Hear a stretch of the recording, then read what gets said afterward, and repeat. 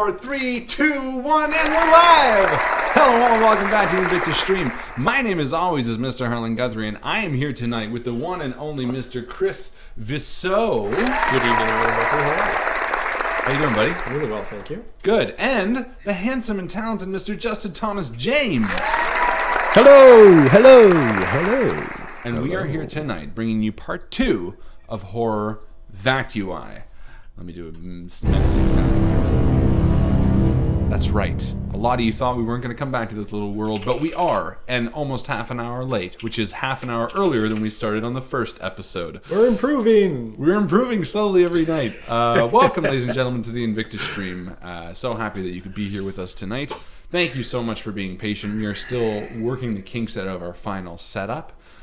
Which is, of course, Joe and I living together and figuring out how to stream from the same room. Chris taking over Joe's streaming console tonight. Is it working out well for you, Chris? As long as I get all the other benefits also. I get all the benefits. All the benefits. It's going to be a fun one tonight. I also have this red dot in the middle of my forehead. What is it, Harlan? I picked a lump. Maybe cancer? Who knows? I'm just going to pretend that there's a sniper across the street really doing well at trying to get me dead. Whoa! But if you're watching this on 480p resolution, then you're not going to see anything, so we're all good. Justin, how are you doing? Oh, I'm doing well. I got myself a Stella Artois. No way. Yeah. Chronicle Brewery didn't put this one out. I am having a Monster Energy drink, which I'm going to drink half of. It's about half, and then I'm going to give it to Chris. I wonder what I'm going to have. I'm going to have... Why do you guys need energy? Well, Chris is sick. Thanks, Harlan. Sort of. No, I meant like... I know, like sick. Sick! No, I don't know. I'm not feeling... He's not feeling too hot. Mm-hmm. He's got a little bit of the bug. His wife was feeling under the weather. It was scary. Yeah, so you said you had to take her to the hospital? Yeah. She was... couldn't keep anything down all day, and then as we're about to go to the hospital because of dehydration and stuff, she's pregnant, so there's extra risk, and then she was passing out while puking, so that was scary. Ooh. Yeah. So don't want that to happen. No, but she's doing all better now? All better. Yeah, she's eating now, she's all well, but now I'm starting to feel some of the symptoms, but I think it's psychosomatic, so. It could be. Maybe there's sympathy pregnancy pain. I'm also lactating, so that's probably part of it. Oh, me too. Yeah, it's been a scary week. I don't know if I told you this, but Henry also went to the hospital. Did I tell you that? No, you didn't. So we went to the park on Sunday, and you know how you do the 3, 2, 1 whoop thing? Under the swing. Woo! Swinging in the arms. Underdog. Exactly, underdog. And Joe and I were picking him up and swinging him. Oh, I see what you're saying. Having a great old time. Didn't think anything of it, obviously. Now I'm mentioning it specifically, but who would pick that out of a lineup of wonderful things in a day to focus on? Who knows? But anyway, we came home that night, and he was being normal, and then he's like, "Daddy," and ran over, and he's like, "It hurt there," and he's like pointing at his arm. And I'm like, "Oh," and I'm feeling, touching his arm. Doesn't hurt when I touch it, when I squeeze it. And he's been doing this thing, because he's 2, where he kind of fakes it sometimes. Rowan does the same thing, too. For sure. Yeah, which she's like, what did you say she was doing? When she wants to get out of the crib, she says, "Diaper hurt." Yeah, diaper hurt. And then you bring them out, and you're like, change "Oh, your let me diaper," and then she's like, "Oh, I'm fine, let's go play." So I figure it all out, and I'm kind of like, yeah, I don't think it's hurt. I'm like, "Were you lying?" He's like, "Yeah." I'm like, "Henry, like, you're a little liar or whatever." So we go and sit down on the couch, and then he goes to lift himself up on the couch, and he like pushes with his arm. And he's like, "Oh," he starts crying, and I'm like, "Are you okay?" And he's like trying to push on his arm, and he can't. Feel it again. Oof. There's nothing wrong with it. Joe and I are kind of like, ugh. So we're like, let's just ice it. Maybe he pulled a muscle. Ice it. Everything's fine. I'm like, let's just put him to bed. The next morning he gets up and he's like holding his arm, like almost like and I'm like, are you okay? He's like, yeah. And he's like trying to be like, no, arm's fine. I was like, okay. And then I go to put on his shirt or take off his pajamas, and he just starts like bawling. I'm like, "Henry," so I'm like push on my arm, and he like pushes on it with his right hand. I'm like, "Give me a high five." He's like doing his right hand. I'm like, "With your left." And he's like, "Oh no." I'm like, "Oh buddy." So luckily, again, Joe's living with me now and she wasn't working, so because in a situation like that, you never want to be like, I mean, I would do it on my own obviously, but it's nice to have another parent being like, yeah, let's, like, we're not overreacting. So she's like, let's go to the hospital. Went to the hospital, and the doctor's like, yeah, he dislocated his elbow, which is super common. It is, absolutely. Yeah, Shoulders and elbows for little kids. What's that? Shoulders and elbows for little kids. Yes, but the elbow was, and I felt bad, obviously, but it's like the dad was there, the doctor was a dad as well, and he's like, I've done it all the time. He's like, you pulled too I hard. do it all the time? Not all the time. You think he'd learn? It's a weekly thing. It just means it's very common. Yeah, it's super common. Like apparently a lot of, and what would you rather be, like a dad who like completely babies the kid and then has no fun, and then well, and the thing was, he was kind of like, oh, you pull the kid too hard, and I was like, I wanted to make it clear. I was like, okay, I was like, totally. But I didn't pull him. I was like, I think it might have, and this is why I focus on that, because we did some of that type of stuff. And I was like, I want to make it clear that I wasn't like yanking my kid. Even so, though, I'm sure you could yank a kid pretty easily. I'm sure I've yanked Henry. It sounds bad, but I'm sure I have at one point or another. But anyway, so he was feeling right as rain after an hour. But my God, we had to do X-rays, and I had to have him on my chest with a big lead vest, and he was like crying the whole time. I'd like hold him down, and it was pretty sad. Oh, poor guy. Yeah, so those are our hospital stories. What about you, Justin? Yeah, what'd you do? Well, actually, you know what? Now that I think about it, I have been dealing with a rash, an itchy rash all over my body, and it started Monday, and I know the day before I was helping out Mr. Viseau on his property, so I'm wondering whether or not I poison ivy and stuff. I got some poison ivy or something. Do you actually have a rash, or are you fucking? Yeah. We'll show you. What did we do? No. What were we doing? You don't have a rash. I do actually have rashes. We were going through all the weeds and everything. I don't know if you can plant see trees. on my elbow there's like some red bumps right It around could there. be. It could be poison oak. Not poison oak. Poison oak or something. Could be poison pollen. We were beat up. I had a tick. Did I tell you that? Did you have a tick from my No property shit. too? Yeah, look. Was it from my property? No, I don't think it was from the property, but look at that. Oh no way! How did you get it out? Joe. Oh yeah. Had like a tweezers. Yeah, you had to get that. Dug out. the fucking thing out. Not scared the shit out of me, but it was like totally uncomfortable. When'd you get it? Either of you had a tick. I It might have have. been your property. I don't think so, because it wasn't as swollen with blood. I think it might have been our walk. Okay, so it wasn't on for very long. Did you have a tick? No, I've never had one. Okay. But it's like, if it hasn't been on for that long, then you don't have to worry. But I mean, I like woke up from a nap and I was like putting my pants on, and it looked like a really dark mole. Just thinking about it's giving me a bit of the Wiggins. And I was I brushed, but I could see like little legs moving. I moved my hand over it, and I could see it. And I'm like, whoa. I was like, oh, I gotta take. And then Joe is such a trooper. She's like, okay, all right, let me look at it. And then she fucking just dug the thing out. And Henry and Louie were both here, and they're both coming over. And Henry's like, "What wrong, Daddy?" I'm like, "Stay away, please." This is invasive surgery. Yeah, it's pretty uncomfortable. It's more the ick factor of it than the pain factor. Lyme disease, though, you gotta be careful. Well, yeah, I know. But I think it's like a long time. Yeah, and I'm honestly I prefer lemons anyway, so I don't think it's gonna be. I got a tick as well, and I remember exactly where I was, where I felt the pinch, and it felt like, when your jeans get caught, or your leg hair gets caught in your jeans. Oh yeah. Something, and it pinches. It felt like that, so I didn't really think much of it. And then like a couple days later, I ended up looking in that area, and it looked like someone had taken a drill bit to a piece of glass and had drilled a hole, and there was like this black thing underneath the hole, but it was like all like white and kind of cracked, like a bullet hole through glass too, even. Oh. And I was like, this looks weird. This isn't any ingrown hair that I've seen. And I had my mom. We were like talking about some weird. Are you sure it was a tick? Yeah, it was definitely a tick, because my mom did exactly what Joe did, and she pulled it out, and yeah.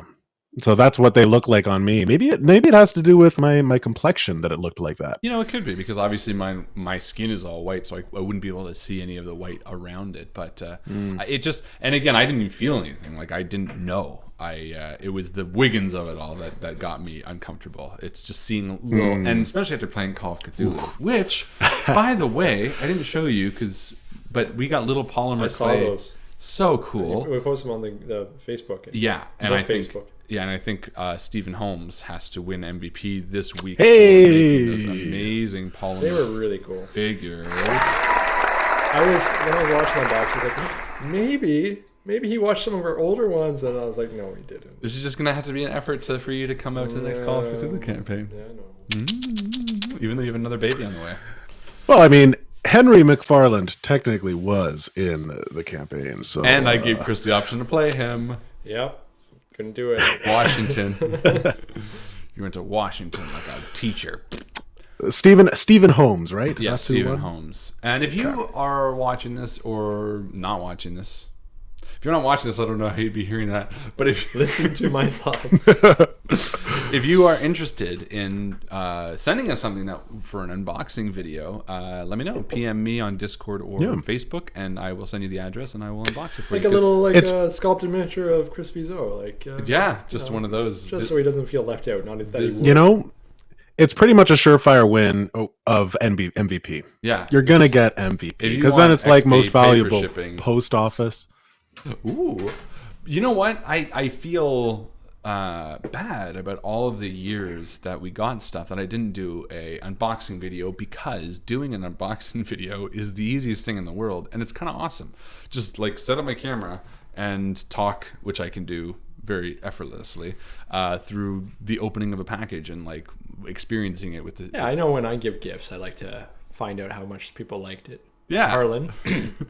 Listen, it is right. If you look in Then there, open it. If you look in there, Open it. in there in the closet, you will see directly in your eye line. It is sitting on top. Is it that box there? It's sitting right on top of it. Well, where's the crate? It's in that box. I haven't opened it yet because I'm saving that point. But we went through the closet and I pulled that out because I want to play directly. Sorry, I know that's bad TV showing the side of my head. Yelling at Chris. Yeah. Also, when you turn away, Chris's mic picks up your voice over your mic. Oh So you shit. can get the impression of my. So you guys, you can't look at each other. Okay. Yeah, I'm having a tougher I'm jealous time. enough as it is. Don't look at each other now. So funny. okay? I'm having a tougher time facing him. not looking at Chris than I That's am the not narcissism of not this looking man, at Joe. Is that this desk is set up just so we can look at him. It's I not know. like side by side. Harlan's doesn't face Joe's. No. Joe's just faces Harlan because I all he know. wants is to be looked at. I know, because I'm more Sorry. attractive from the profile. Well, that way we don't see the red dot, I guess. Not the the sniper dot. You mean. I haven't made a racial joke about it, so I'm giving myself a really good. Although it wouldn't be a racial joke, but it'd be a racial comment. It would be a racial. You just did. I think you did. That wasn't a joke. I didn't say anything about it. It was a comment. All I'm saying is that there is a red dot that is used in various cultures. That's just fact. I'm not making fun of it or saying it's rude or anything. It is perfectly symmetrical in there, though. It is like, Isn't it? Yeah. it You know what the is thing was? like- It wasn't even like anything. It was like a bump in the middle of my forehead that I've had for a long time. And it was just annoying, and I was like, oh, is there something under the skin? Like, is it calloused? I'll pick it out, and then look, this is what you do. And I have Why my would you have sister's a wedding. callus? Well, I don't know, like if it was maybe it was a tick. I didn't know if it was From a all tick my forehead work. from all the head. Well, I don't know, calcified. I don't know what's it called when you have like a calcified, Those are calluses. like a hard like a dry spot. skin, just thick, wet you know, skin. I've got a nice what is it callus. called when you get like a good zit that you feel What like is it's kind of happening? painful? What is happening Like to a us? honk, like a honker? Is it a honker? Oh, man. What? You have a honker I got a set? real honker on my nose. No, a that is honker trying to is a come in. nose. Isn't a honker a name for a nose? Yeah, I feel like honker's a nose, You'd but know, there's like a Chris. word for a Look zit. at me. Chris, you grew up. It's Oh, let me one go of through many, all of them. yes. What were one of the teasing? Beak. What were all the names? Gonzo, What they? What? Mr. Nose with a face. Mr. Clean. That's not one, but that's pretty funny. Mr. Nose with a face. Yeah. That's Hey, look at that nose who has a face. Hey, who has the nose up there? That's good. I've heard that one. I hear it all the That one? time. You like that one? Yeah. I got my haircut too, and no one noticed. I noticed. I just didn't say anything. Well, Chris didn't notice. I shrugged my I didn't shoulders. notice. keep forgetting I that you lied. can't I see didn't my notice. Sarcastic body language. You can't because the camera doesn't pick it up. You have to tap and then shrug. Yeah, now from now on it's gonna be wait till it's on me and shrug.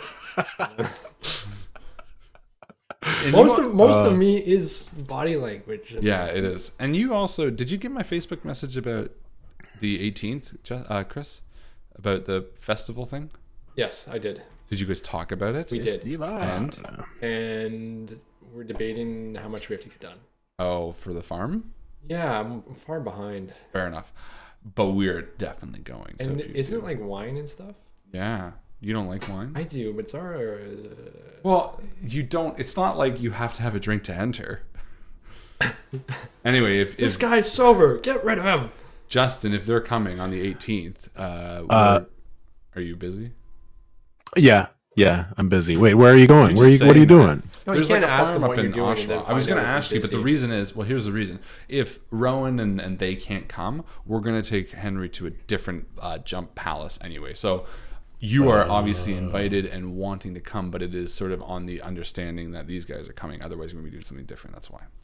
So I was waiting to hear from them before seeing if you were free. But if you are free on the 18th and these guys are coming, we're going to do like a little winery tour up in Bowmanville. Oh, nice. Sort That of. sounds It's like fun. It's just like it's the Bumblebee Festival or something. By the way, thank you Oh. guys for helping me plant those trees. I didn't. I cut. You did. I dug. You dug holes. 15 holes which in the is where we ground. put the trees. And dug holes for the raspberry Justin bushes. came and got poison oak. Poison ivy. You're a real hole digger. Yeah, you're a hole. I think a whole. I am actually busy on the 18th, so Are you thank you for actually? the You're invite. just saying that? I am actually. No. I'm performing with Janice and Ale. Oh, nice. Okay. Yeah. Well, again, I just want you to know that it was not discluding you. I wanted to make sure that they were coming, and then I wanted. That's fine. That's fine. And I'm glad you said something because I probably would have been brooding the whole stream. No, Just- I would have always just- enjoyed, But the There's- idea is that if they're not going, Joe and I are taking Henry to this bounce castle place. It's like $10, and you can just bounce around. So we're just gonna sit there and Just the kids. ignore each other in silence. Yeah, if Rowan can't come.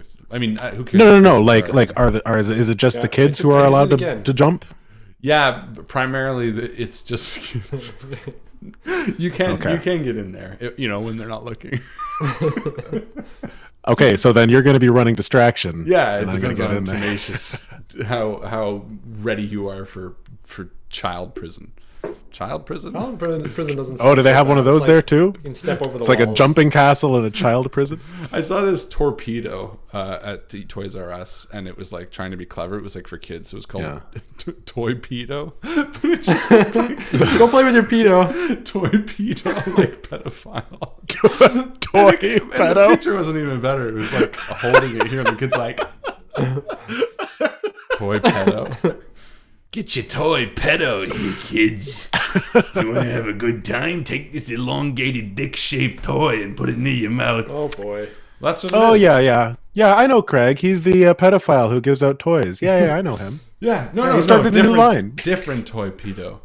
Different toy pedo. Did you watch that Nathan For You yet? Or you're not watching? You have. I didn't give you a login for Game of Thrones. You're not watching it, and you're not caught up on Captain Marvel movies. Oh, we went and saw it. Did you? We did. Wasn't it great? Yeah, it was good. In the game. It doesn't go to me when I'm talking. Look, there it is. It does. You just have to be quick. What? Like continuously talk? No, the thing is, yeah. I want more FaceTime. Well, then tap it before you talk. It's going Before I over. have an idea. So The problem is when you're talking, this it's delayed on the stream, so the video's syncing. You gotta move it closer to you, Chris. You gotta move that mic closer, or you gotta lean in. I'll lean in. Lean in Right now, slowly. yeah. I was talking, and then it goes to me, and then back, and then But look, your lips are also delayed. it works out. Yeah. Well, that Yeah, didn't because you weren't very loud. I love how we were half an hour late And then and talk for another half an hour. talk for another 20 minutes, Yeah. and But that's sort of still the way no sign of us starting anytime soon. That's- Like well, I 'cause think I wanna know what I'm Justin- very I much wanna know enjoying what this Chris thought about conversation. So spoilers. Okay, no Spoilers. Are we allowed? No spoilers. Yeah, we're gonna say if you haven't seen Endgame, there are spoilers for the next few minutes. 14 Okay, minutes. here's what I think. I think that they took some of the heroic characters and they made buffoons out of them. What? I didn't enjoy the Thor that. thing. you Thor didn't like. and Professor Hulk. Professor Hulk was less of a good Hulk and less of a good Bruce Banner. He was like the worst of both.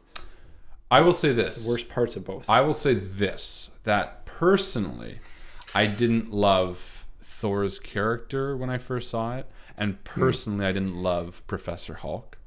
However, that's just personal. Well, okay. No, tell us everybody else's opinion. No. I'm just going to say the other side of it. These people dealt with the deaths of half the world for 5 years. I think it is totally feasible and possible for people to fall off the bandwagon. Yeah, I agree with that, but they were making a joke of it. It wasn't the same as someone who's like, if someone is like Thor and he's like beating himself up through abusing his body and all these things, he's not going to be like turned into the dude from The Big Lebowski. Yeah, it definitely went more comedic with it. Now, part of the reason at first I was, and I agree, and this is just my personal feelings, I didn't love him as that, but this was really the closing arc for Captain America and Iron Man. You know what I liked it the best? It was the Captain America scene where he's around the the hammer? No, when he's talking to the other people. I love that scene when he grabbed the hammer. When he's talking to the other people, and they're all like commiserating or whatever. It's like a help group. Yeah. And he's still being a hero when there's no one to fight. I think that's awesome. Yeah. That was the best, most heroic moment, I think, to sound cheesy. I think that was the most heroic we've seen Captain America. No, I think it was a good scene. What I mean to say is that I think part of the reason they made a bit of a joke out of Thor is because had he been Thor, he would have fucking changed that movie for the worse. He would have been too powerful, I think, throughout that movie. I think he needed to have a back seat and let Iron Man and Captain America take the story, because without their conflict, it would have been too complicated. You look at like a character like Thor who lost everything, and if you made him as motivated as Captain America and Iron Man, it would have been set. It'd be the three of them trying to. He needed to take a backseat, is what I'm trying to say. And I think the comedic way they did it, it didn't sit well with me, but I think they did it so that the Iron Man and Captain America stories could sort of come to a close. Right. Which I think was the right call, because Thor's story got a bit worse, but Captain America and Iron Man's story got 1,000 times better because of it. And not to mention a lot of the other side characters as well. I thought their stories were, or at least their characters were, a lot more interesting to me, like Rocket, and Hawkeye, obviously. I thought he had a really cool story. What do you think about that exchange with Hawkeye and Black Widow on the mountaintop? Yeah, it was interesting. I liked it. I think it was fun. Yeah, it was a twist, because I didn't think that she was gonna. You're kind of like, oh fuck. It was heavy.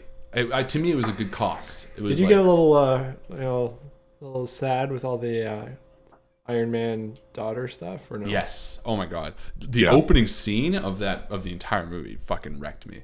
Yeah, when he's like playing baseball and then turns and everyone. I was like, oh yeah. Oh, that was so sad.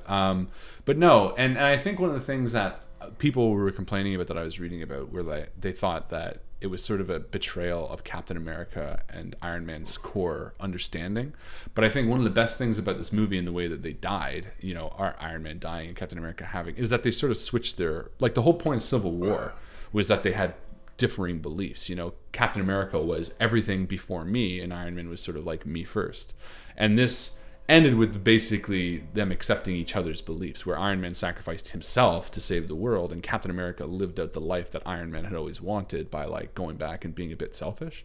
I thought that was a really cool. A lot of people were like, "Oh, it betrays the character," but to me, I'm like, characters grow. Like, you spend 5 years with half the world gone, and that's a long fucking time. Like, you change. You have to like you'd feel differently, and you'd maybe come to question what you believed previously. I thought that was really good. But you make a good point. And Professor Hulk thing, I definitely agree that was sort of a weird There were a couple scenes where I was kind of like when they go back in time, they're in New York, and he sees like the other Hulk like raging and smashing and stuff. Yeah, he starts pretending to smash. That wasn't necessary for me. Yeah, that was a bit silly.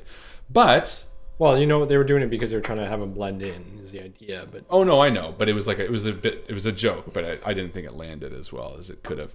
However, I think the standouts of that movie is I really fucking loved Ant-Man. I'm so glad he had a main role in it. Like, it was so cool. And the final battle scene. No, I thought it was weird. Oh man, chills. Sorry to do that. The final battle scene was awesome. Yeah, to me, I can't think of a more meaningful final battle in any cinematic, when you really think about it for a second. Because, like, You got Lord of the Rings, which are great, but that's 3 movies of build up. But think about this, 10 movies essentially of build up of these characters. All of these universes and stories and timelines culminating in one battlefield. Like it was a fucking, and like when Ant-Man punches that fucking giant snake ship, just one punches it, it was fucking amazing. And then when he grabs that hammer, oh my god, so fucking Oh, that was great. That was my great. favorite scene. For me, I think I like the battle scene between like the three, like the trio and Thanos was like, it What felt about more when gratifying to me. Thor's beard gets braided. That was so cool. Oh, his Sorry, beard keep was going. braided? Yeah, he's like the lightning. He like gets his armor on. All of a sudden, his beard is braided. Yeah. Anyway, sorry. Continue. That was kind of fun. Though. But the big battle was great. I loved the big battle. But in terms of the build up, like, I mean, there was a build up, and I loved the battle, don't get me wrong, but I felt like if we're going to compare it to Lord of the Rings, this battle didn't feel as it's only really one movie of build up. Because like when they're all coming through the portals and stuff, like huge chills, it feels amazing. But that's only really from the arc of Avengers Infinity War. I don't mean to say that the battle is meaningful because of what's at stake. To me, the battle is the most meaningful because everywhere I looked on that battlefield was someone I recognized and knew their story. To me, it's like, imagine watching that Lord of the Rings battle, but you see maybe 5 Everybody's to 10 a characters. Gimli, Legolas, and Exactly. Everyone is a Gimli and a Legolas and like you can true. like I'm looking at the girl, the tech girl from Black Panther, who's like standing next to her brother, and like to me that's the shit that makes the battle more meaningful because I'm watching every hit and I'm knowing who's doing it, and that is a feeling that I've never had before, where you're watching a battle and you're like, holy shit, this isn't just 5 people surrounded by a bunch of extras. This is a battle with every major character we've come to know in the last 10 years. And that's a really cool thing that I've never seen before. I'm curious I haven't done much reading on it since we saw it. But I did see one of those posts of, Endgame spoilers without spoilers, where it's like memes, a bunch of memes. And one of them was like, one of the characters from It's Always Sunny in Philadelphia, he's got like a fat belly, and there were a couple other ones, but then there was one that was Sailor Moon, like the Sailor Moon team, like assembling and like holding their poses or whatever. Yeah, and I know exactly what scene they're talking about. It was the girl scene when they're like, yes, she's with me. Yeah. Which was totally, I got chills when I watched that. I'm curious. I didn't do any reading about it afterwards. I really liked were your it. thoughts? Well, do you remember when we left the theater? I was talking to Aaron Aaron and Andrew, Aaron who takes the pictures for us, and she said, watch the movie and tell me your favorite part because I know the favorite part. And I saw that scene. I was like, okay, this is the favorite part that she said. I knew it instantly, and I messaged her the next day. I was like, was it this part? And she was like, yeah. And I was like, okay, fair enough. I thought that was a cool scene. I thought it was really nice. I didn't get the chills, obviously, that I think she did, because obviously it doesn't speak as much to me, and there's nothing wrong with that. That's just the way it is. I don't know. I'm kind of torn. I think the idea that they put in was really nice, and it was really cool, and I love the idea that people can watch and be like, oh, fuck yeah. It felt kind of also a bit pandery in a way, because it was... Right. To me, it was a fine line they walked, because at the same time... Yeah. It did feel a bit forced. Like, none of these women have talked to each other ever, like, right. And I know it's kind of shitty to nitpick, but it's like, yeah, no. You have Thor or whatever the fuck who's like, he's with me, and it's like, yeah, it makes sense. They've had 1,000 conversations, but then the girl who's like, she's with us. None of them have really talked, and I'm glad why they did it, because I think it's an important message. I guess I would say this. I wish that those connections felt authentic. I wish that when she said it, which I think she should have, and been like, she's there with me, I wish that it felt like, oh, that same feeling where I'm looking at everybody and being like, oh, they've all interacted, and I kind of wish it just felt more authentic. And I think because they hadn't really spoken before that's why it felt a bit pandery. But I want to make it clear to anybody watching this that I think the idea of like having that And I think that's one of the reasons that I did like about Captain Marvel. Like Captain Marvel had that scene where she keeps getting knocked down and keeps getting back up, and that was like a really fucking great message. Where it's like she always got back up, and it speaks to girl power, and I think that's fucking cool. I don't like it when it's thrown in there to be like, oh, let's appease the women and say all the women know each other and they're with each other, and that felt a bit like that. You know what I mean? I have this I am envisioning this Saturday Night Live sketch where it's all of them and they're doing their thing. It's the exact same scene, and then Ant-Man comes in and is like, yeah, let's get them. Yeah. You know, like it would have felt so off for like one of the guy characters to walk in and just like, oh yeah.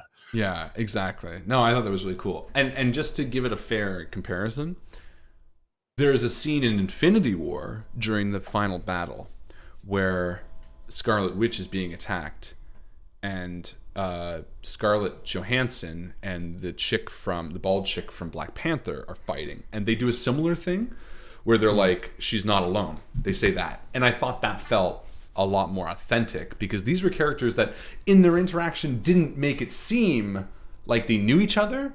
It was just that they had each other's backs, and this scene felt more like they were trying to be a bit more. Yeah, see, look, and Carly said the same thing. I didn't like the girl power moment in Endgame. It was amazing when it was done in Infinity War, and it felt natural. That's exactly the point I'm trying to make. That the Infinity War felt natural, which goes to speak why I think stuff like that is really cool.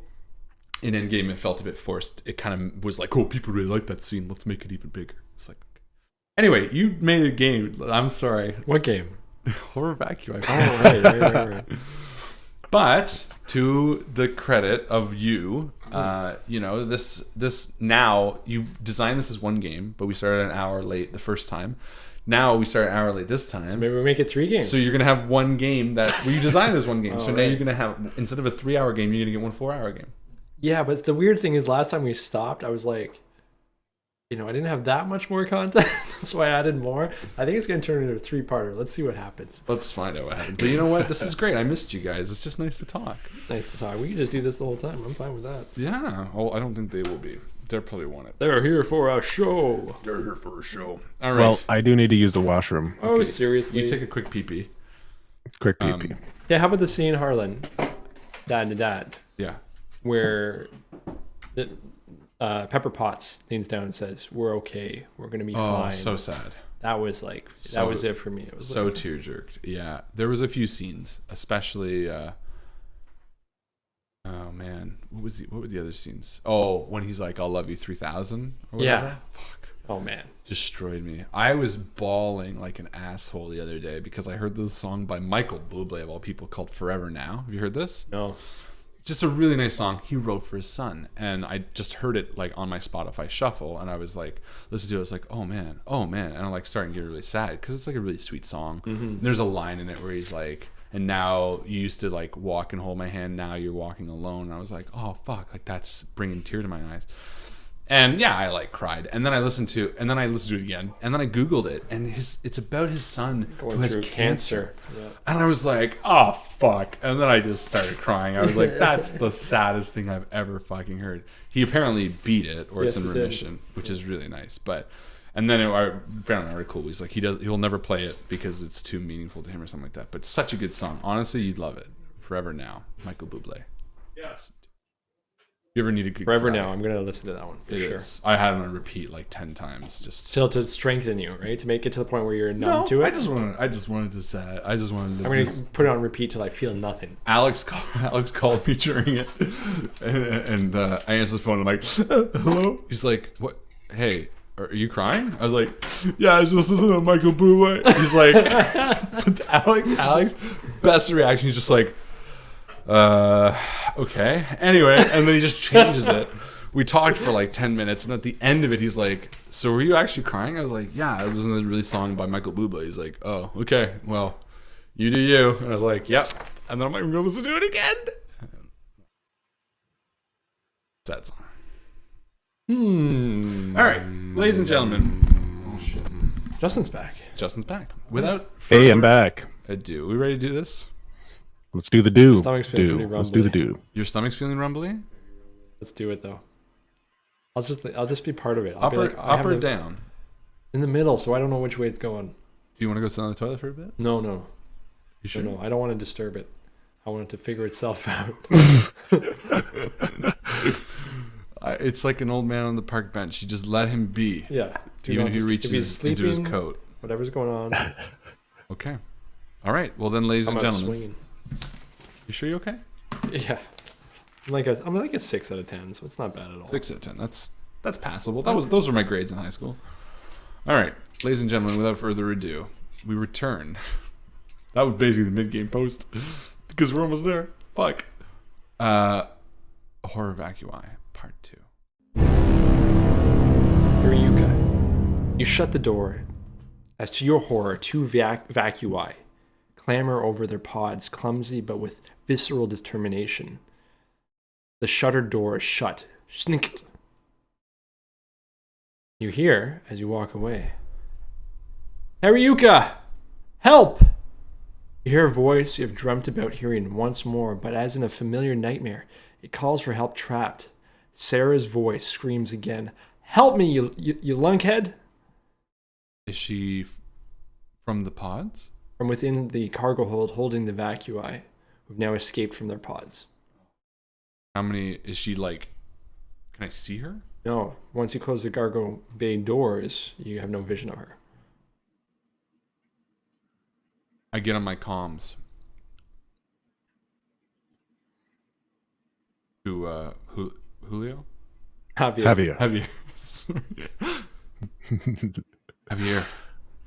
Javier, the cargo bay, the Vacui open. There are 2 out at least. I shut and locked the cargo bay momentarily, but I heard her.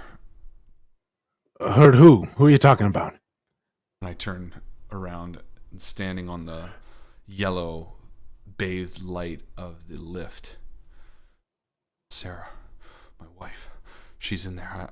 I don't know. You hear the sound of metal nails scratching against metal, the thudding noise of fists pounding against it, and plexiglass. Listen, you can't go back in there.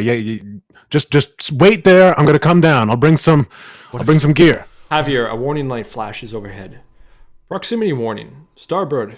Proximity warning. Starboard impact warning. What is that? It sounds like rain on a tin roof grows in dynamic to a feverish roar as the ship shakes before a concussive boom, boom. Loud percussive impacts vibrate the hull. Roll your die to see if you keep your footing. Just him or Both of you. Is a 1d20, right? Yep. 14 plus. You're fine. Ooh, You stagger, I only got a 7. You're fine. You stagger, but you keep your footing. I grab the railing of the cargo lift. What the fuck was that? Can you see the cams? Hold on 1 minute.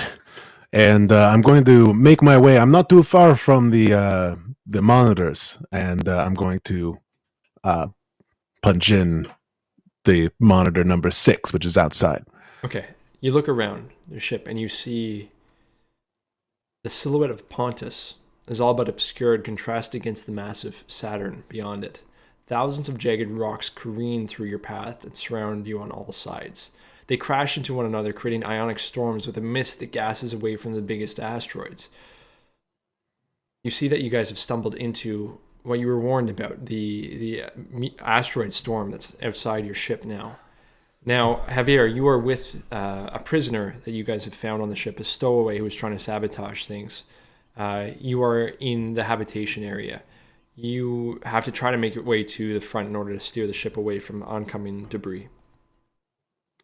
Oh, shit. I'm not going to be able to come down there. We need to fly the ship out of here. We're going to go into a storm. I look back towards the door of the cargo hold, and I walk up towards. Can I do a listen? Yes. I just want to see if I hear anything. With a 8. Again, it's not hard to hear. You hear the screaming of your wife. Certain it's Sarah's voice again. She yells for help. What are you doing? Get me out of here. They're Vacui in here. I hover over the open door button for a second. Crunch. Bang. You hear the Vacui trying to... I don't know. It sounds like they're scraping against metal, trying to do everything they can to break something. Javier, I don't know what to do. She could be in there. I have to try. Javier, again, you hear the warnings. Starboard impact warning. Starboard impact.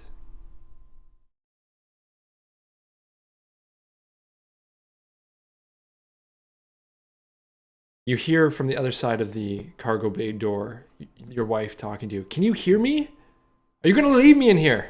They're trying to get into my pod. I take a breath and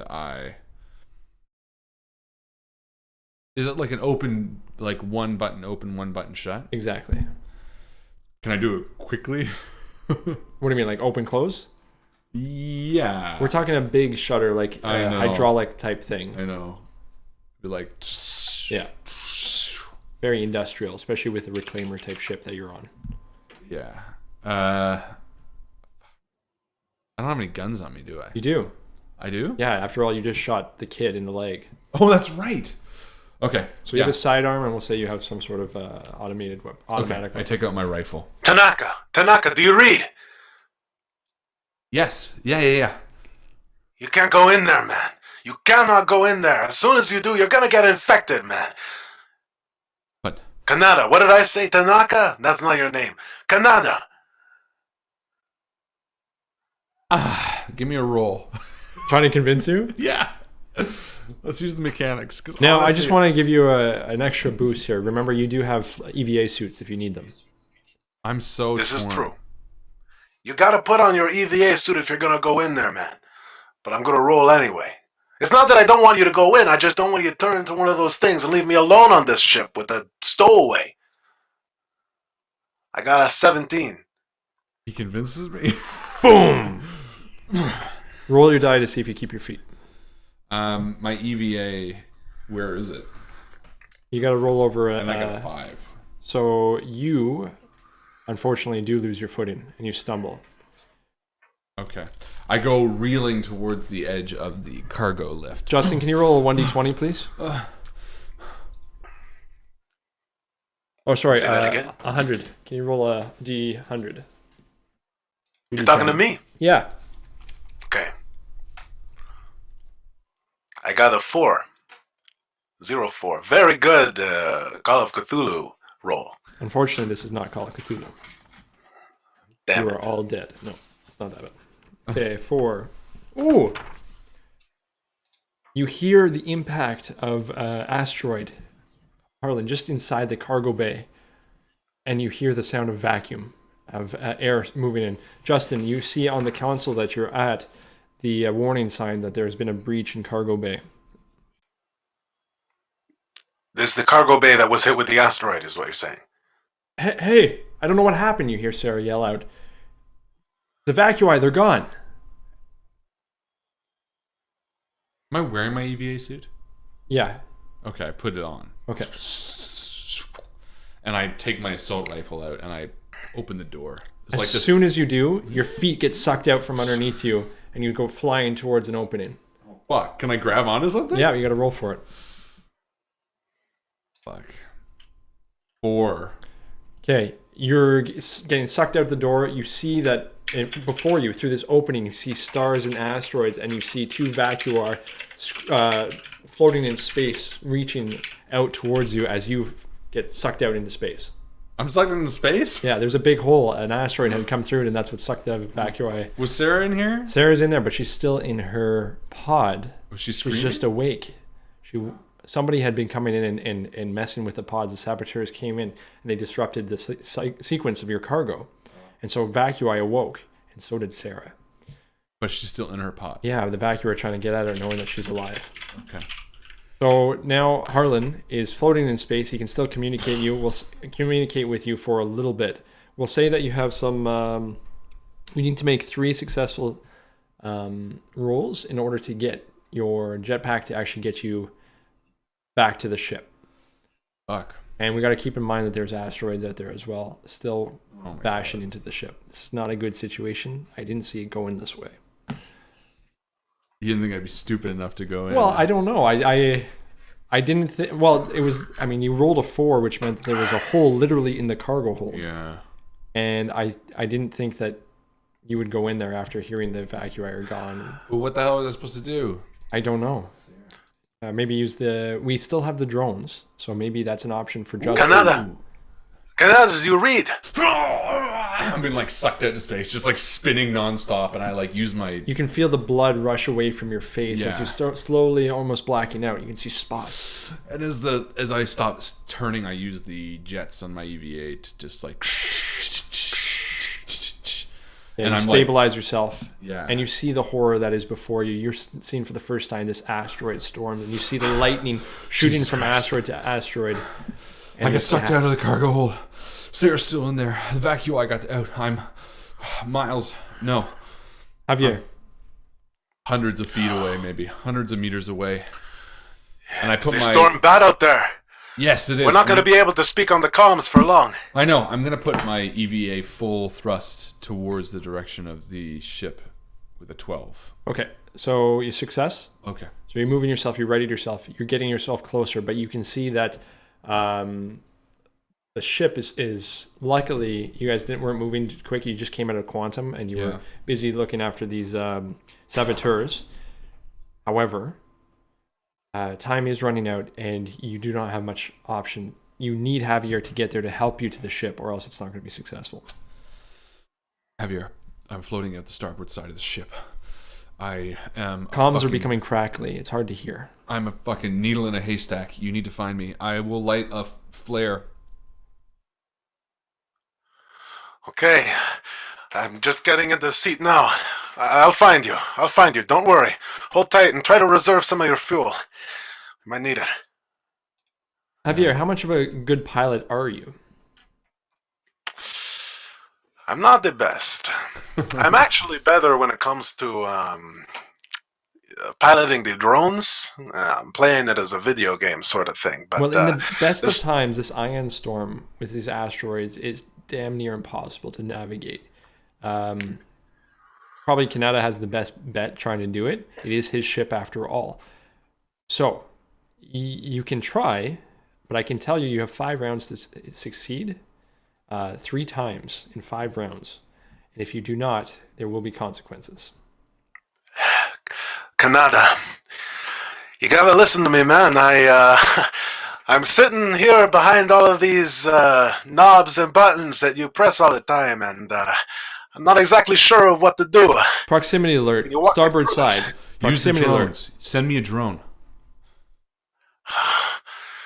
All right, 1 second. We're getting a starboard alert. I'm gonna look on the monitors. What's going on? Okay. Another asteroid? Oh yeah, for sure. You're gonna be berated with them, and you're continually take damage. It looks like impact is imminent in a few seconds if you do not move location. I gotta move the ship, man. I can't go down and pilot the drones. I have to move the ship. Get the kid to fly. What? The kid, the one I shot. You think he's a good pilot? You think he's better than me? If he doesn't, we're dead. Tell him at least to pilot a drone. Oh, shit. Hey, kid! You know how to pilot this thing? What? You kidding me? Have you flown a ship before? Yeah, the Cutlass. It's a way more maneuverable ship than this thing. And you blew it up already. Yeah, we did, but you're gonna have to fly this one if you want to survive. You shot my leg, and he hobbles over, and blood is dripping all over the floor in the cockpit. What? Okay, and he sits down in the ship. All right, okay. Here's the stick. Here's the throttle, and he starts flicking switches on. You hear the ship Keep boot it up. steady. Keep an eye on that flare over there. You see that? Where am I headed? Where am I going? Towards, okay. And he wheels the ship and you feel the pull of the G-forces as you move towards it. All right. Can you roll, Justin, to see how well he succeeds now that you have him in the captain's seat and you're guiding him to see to give it an advantage. So instead of a difficulty class, and here's where it's really difficult, it was an 8, now it's a 7. Yay. You need a 21 to be successful. How the hell is that going to happen? How am I going to get a 21? Exactly. All right. Say 1 fail. All right. So can you roll 100 die, Justin? I got a 28. Okay. Can I not? I mean, if I put full reverse thrusters, You can make your way towards the ship. Yeah, that's what I'm doing. Yeah, you've done 1 round towards it. You need 2 more rounds to get there. Okay. Do I need to roll anything? Yep. Okay, 28. You hear a warning symbol, a warning sound. Your escape pods have now been destroyed. Oh, great. Okay. Can you roll for me, Harlan? I just did a 9. Okay, so 9, we are going to say does not succeed. You do not move your location, but you're not any worse for wear. Is there anything else I can do? If I You try to like push off of an asteroid, but you'll probably be squished. if I fire behind me, No, because I think you probably have mostly energy weapons, would you say? there's no propulsion. You could off gas, you- like we saw in The Martian. Yeah. No, because I don't think those Hey. ideas really use. Yes. Kid, I don't need to have this effect on anymore. You fly this ship. Try to avoid any asteroids, okay? I'm gonna get Canada. Just avoid the asteroids. Oh, That's all you're focusing avoid on. the asteroids. Right, okay. Yeah. And I've worked on the mechanics of ships before. Yeah. You say you're used to flying something more vulnerable, huh? More maneuverable, not vulnerable. Yeah. Same thing right now. Okay, well, I'm gonna try a few things. We don't need any firepower right now. Oh, we don't need this, we don't need that. And I'm going to, at the expense direct of our all the energy. firepower, yeah, I'm going to lower the energy of weapons, and I'm going to lower the energy of Life systems, maybe you can put on your Thrusters. EVA suit. Put it all in shields. life systems. Well, see, the problem with shields is he's used to maneuverability, so I might actually just lower the unnecessary things. So like power to unnecessary functions within the ship. All right, give me 2 unnecessary and functions, firepower. and I'll be okay with it. You got to name 2 unnecessary functions. So firepower is 1. What's another one you're doing? Life support. Life support. Okay, I mean, life support. cargo. So you hear a warning: oxygen levels depleting in cabin. Oxygen levels depleting as the life support is going up. Life support's back up. Life support's back up. We'll put that back up. Well, if you have your EVA suit on, No, we you'll be don't. fine. Don't need life support if we have EVA. We're gonna have to get those EVA suits. You're wearing. Okay, your EVA. so am I wearing my EVA? I don't think so. You might not be. We'll say I don't he's think not. I would be. All right. Do you want to? And we don't have an EVA for the other one, so I'm going to go down. I'm going to just leave it the way it is. What other systems would there be? Can I do a mechanics roll to see whether or not I would know what to turn Absolutely. down? Yep. Okay. So I think part of it is natural 20. Part of Water. it is my knowledge as Justin is not. The first thing that as comes much to as my mind knowledge to you is the heavy. fact that you have a full hold of the cutlass that you reclaimed. If you dump the cutlass, all of a sudden your mass goes down, your maneuverability goes up. So both with shutting off the firepower to get more energy, and then dumping the cargo, you'll be more maneuverable. That is a great idea. Why didn't I think of that? You did Oh wait, think of I it. did think of that. Good job. All right. So We're gonna lower thank it down you. to a 6. So, Can you give me a roll? I'm gonna dump it. Don't dump the cargo. That's our payday, even if I die. Oh fuck! Wrong die. Oh, that's a 16. Can I use some edge or something? to Yes, you can. Bump that you up. definitely can. Can I really? Yeah. I think you're supposed to use. I think you're supposed to say before to do effort. Yeah. Oh right. But we'll say you did a point of effort. We made it a 15, and we'll say you have 1 success. That's the kind of GM. That's very good. That's All right. You are benevolent. All right. So All right. Stuart, who is the kid that you shot, he feels the difference in his console. The stick comes alive, and he starts moving away. He sees to his port side that there's actually Prometheus, which is another moon of Saturn. So although you guys are trying to make your way to Titan, you're gonna he's decided that it's probably safer to make his way to Prometheus, get out of the storm, weather it there, and then try to make the continual journey. All right, None of that's gonna matter if we can't get Canada. Okay, so I'm turning away from him. Should we? Do we got to go get him first? And he corrects his course, moving towards Kanata. Kanata, you are now just one. Just no. Just avoid asteroids, and I'm going to get them with a drone. Okay? Justin, you can give it a try, and we're going to say it's a advantage 2 points for Kanata's roll to get back on board. Here we go. Both you using the drone and Kanata. 19. So absolutely. So the drone goes out. Kanata's already making his way. The drone comes and picks him up and flies you while holding on to you, makes its way back through the opening in the cargo hold. And I'd probably go in through the top. Right, it's through one of the other hatches. Okay, you're all on board now. Okay. I'm back on board. Well done. Oh, fuck. You too, Kanata. That was a close one. How's this storm looking? Stuart, what's your name? And I run to the bridge to relieve the kid. And as I come in, I'm like, thank you. Well done. It is Stuart. Yeah. Call me Stu. Sorry about Shooting me in the leg? Let's deal with it after. And I like move him out of the chair and I get into the driver's seat and start navigating the storm towards Prometheus. All right. Can you give me another roll to see if you're successful? Yeah, and I'm putting everything towards shields. With a 15. Okay. I'm pilot. Let's say it's another success. What's that? One more success. One more success. Nice. All right. Canada, this is what he does. You hear again, same warning. Starboard side, impact imminent. Starboard side, impact imminent. Justin, can you roll 1d20? Oh, sorry. Again, 100-sider. 100-sider. 100-sider. Here we go. 24. I believe I got it 24 before. Your engine cuts for a second. Stutters. All of a sudden, you feel that the gravity of Prometheus is increasing, and your next roll is going to be even more difficult. Okay, Kanata, it's do or die. All right, I'm going to use edge.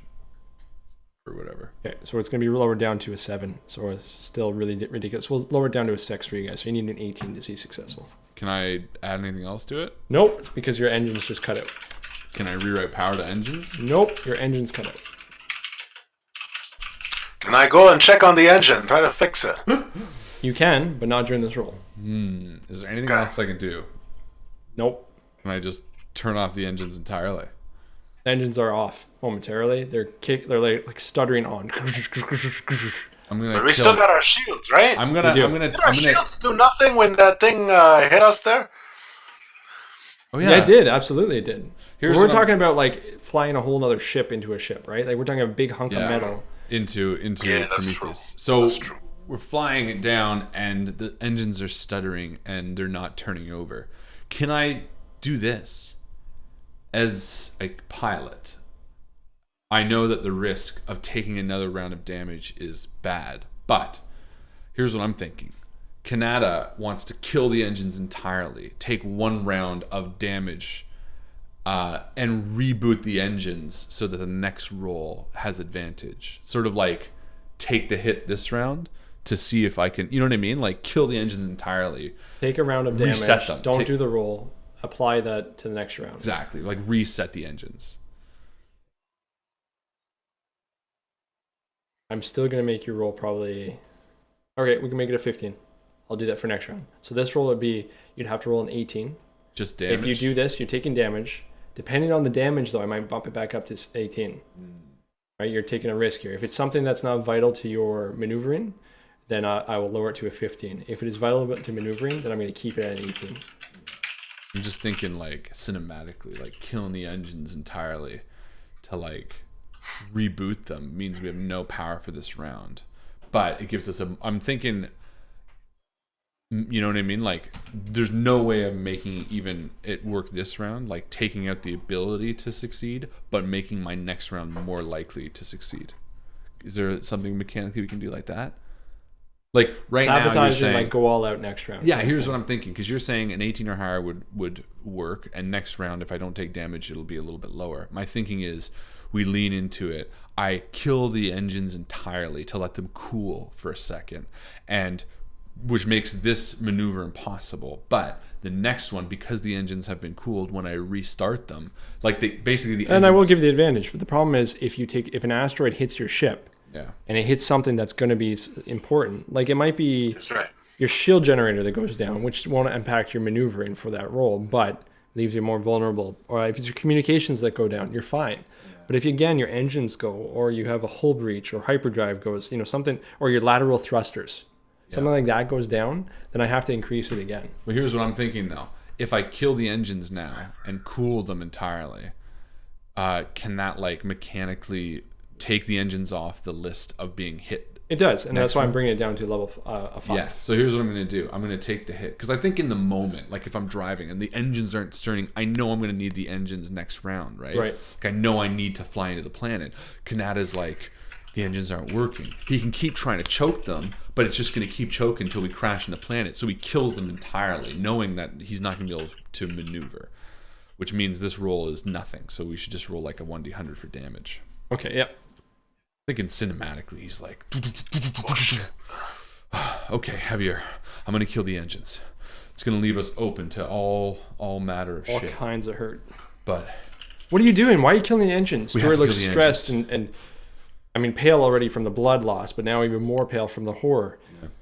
Because if we don't kill the engines, we're not gonna be able to land on that planet. Impact imminent. Impact imminent. Just trust me, kid. Roll I kill the engines. 1d100, please. And I'm rolling it now. 65. Something good. Shields cannot be used. Amazing. Shield and then generators down. Fire up the engines, and now that they've had time to cool, they're like fully functional or whatever now. Yep. You need to roll a 15 to be successful in this last roll. Can I use edge on it or? That is it. That is including edge and all the assets that you have. Fuck. Okay. Well, that's not gonna succeed. Very unlikely. Yeah, 13. Blood rushes to your head. Your vision is tinted a deep red. The stick struggles from your grasp. Meteors fall from heavens in your near trajectory as you careen towards Prometheus. Hurtling towards the surface, impact is imminent. You can connect with a sharp horn of a mountain and are thrown spinning. Your last vision is the ground approaching with horrifying speed. You guys all black out. Kanata, you wake up. You hear this sound as you're dangling from your harness from your seat. Prepare for atmospheric entry. 5, 4, 3, 3, 3, 3. I smashed the 3. keyboard. Landing complete. Your reclaimer is a mess. All things considered, fared much better than could have been hoped for. As you look through the system, you see the damage that's been done. Mainly a computer problem, a couple hours work maybe, and it might be somewhat flyable. The biggest issue right now is your fuel. The impact has demolished one reservoir, and there remains barely enough to get out of the atmosphere and on course. The fracture in the hull has left huge gaping holes, and the cargo module ripped away. Sensors indicate that it's about 35 kilometers the cargo hold. The cargo hold? Your cargo that you're taking has now been ripped away, about 35 kilometers away. The fuel that you have is just enough to get out of atmosphere. You won't be able to bring the reclaimer, Osiris, to pick up the cargo hold. You're going to have to EVA. Your best bet right now is your rover. Is Prometheus... I guess Prometheus is a moon, you said. Yeah, it's one of the littler... It's an oblong-shaped moon that's around Saturn. I disconnect from my harness and fall towards the ceiling. You crash down onto the panel and you're push yourself up, and you see that same blinking light may be damaged for Cargo A6. Javier? Javier, you hear the voice come across the intercoms. You took some substantial wounds. Your arm is hanging a little limp at your side. You feel like it's been dislocated. Kanata, I hear you. I'm upside down, Kanata. Yeah, we all are. Are you still in the engine room? Yeah, I'm sitting where I would be piloting the drones. Yeah, What's the status on the ship? My monitor here is it's not working so good. It could be better. I'll tell you in person. I'm gonna make my way to you. And I glance down towards the kid. Is he dead? His body is in a contorted mess. Yeah. I just like sort of look at him and kid's dead. I'm making my way to you. You clamber through a wrecked ship that's, holes are blown through the hull. You can see some systems that are already starting to repair themselves, and you make your way to Javier. Javier, you can see his one arm hangs limp from his side. Let me take a look at that. Yeah, I think it's just dislocated. I don't think I broke anything, but... And with a 7, I try to pop it back in. Javier, immense pain sears through your body. It still feels like you can't use it properly. Hold on. Sorry. Let me try it again. Hold on. With a 10. This time it works. You hear a distinct pop, agonizing pain, and then relief. Still aching sore, but much better than it was. And I sit down next to him, sparks sort of flying off some of the systems, and I lean back for a second. There's a big dark bruise over my eye from when I smashed against the steering, or against the Stick. throttle. And I sit back, and it's a bit bleeding from the cut in my face. She was there, Javier. I saw her. She's in one of the Vacui pods. Yeah. Well, I think we lost that. Yeah. My memory's a bit fuzzy from everything beforehand, but I'm pretty sure we lost that cargo hold. It's about 30K behind us. You hear the muffled sound of meteorites hitting the surface of the moon, distant. I guess we shouldn't have flown into that storm, huh? Yeah, well, those assholes shouldn't have tried to... Look, I gotta go. Board our ship. Get her. I don't give a fuck about the other Vacui right now, but I need to make sure if she's alive. Well, listen, I'm not going to stay here with the ship. I mean, I'm pretty sure we got to stick together moving forward, no matter what we do. But we also need to repair it. All repairs have to be manual? No, the ship will slowly repair itself. You're pretty certain that... Perfect. Yeah. You probably don't want to separate. I have LTI. Perfect. Okay. Then I turn to him and say, Vacui were in there. They had broken out of some of their pods. Some of these fucking Laughlin's men opened some of them. We may run into some. We need to be careful. Yeah.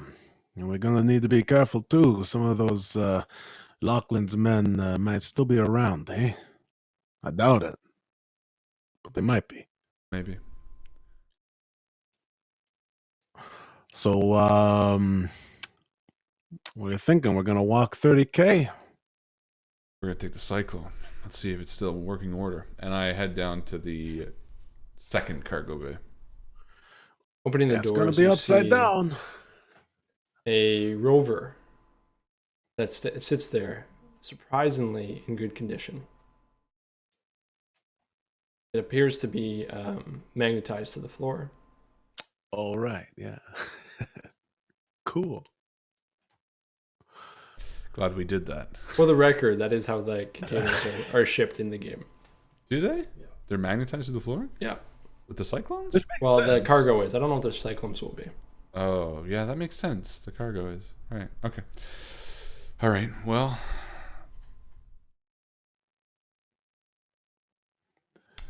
let's turn the ship back around, I guess. Turn it right side up, right? Yeah, it lurches. You can feel the rumble of the ship. It does come to life, but it sputters, and not so gingerly it lands again. But this time right side up. Well, right. I was thinking that we would. I was thinking that we would use the claw, the reclaiming claw, to push to strain yourself over. up. I like that better. Oh, that's cool. So that's what happens. Cool.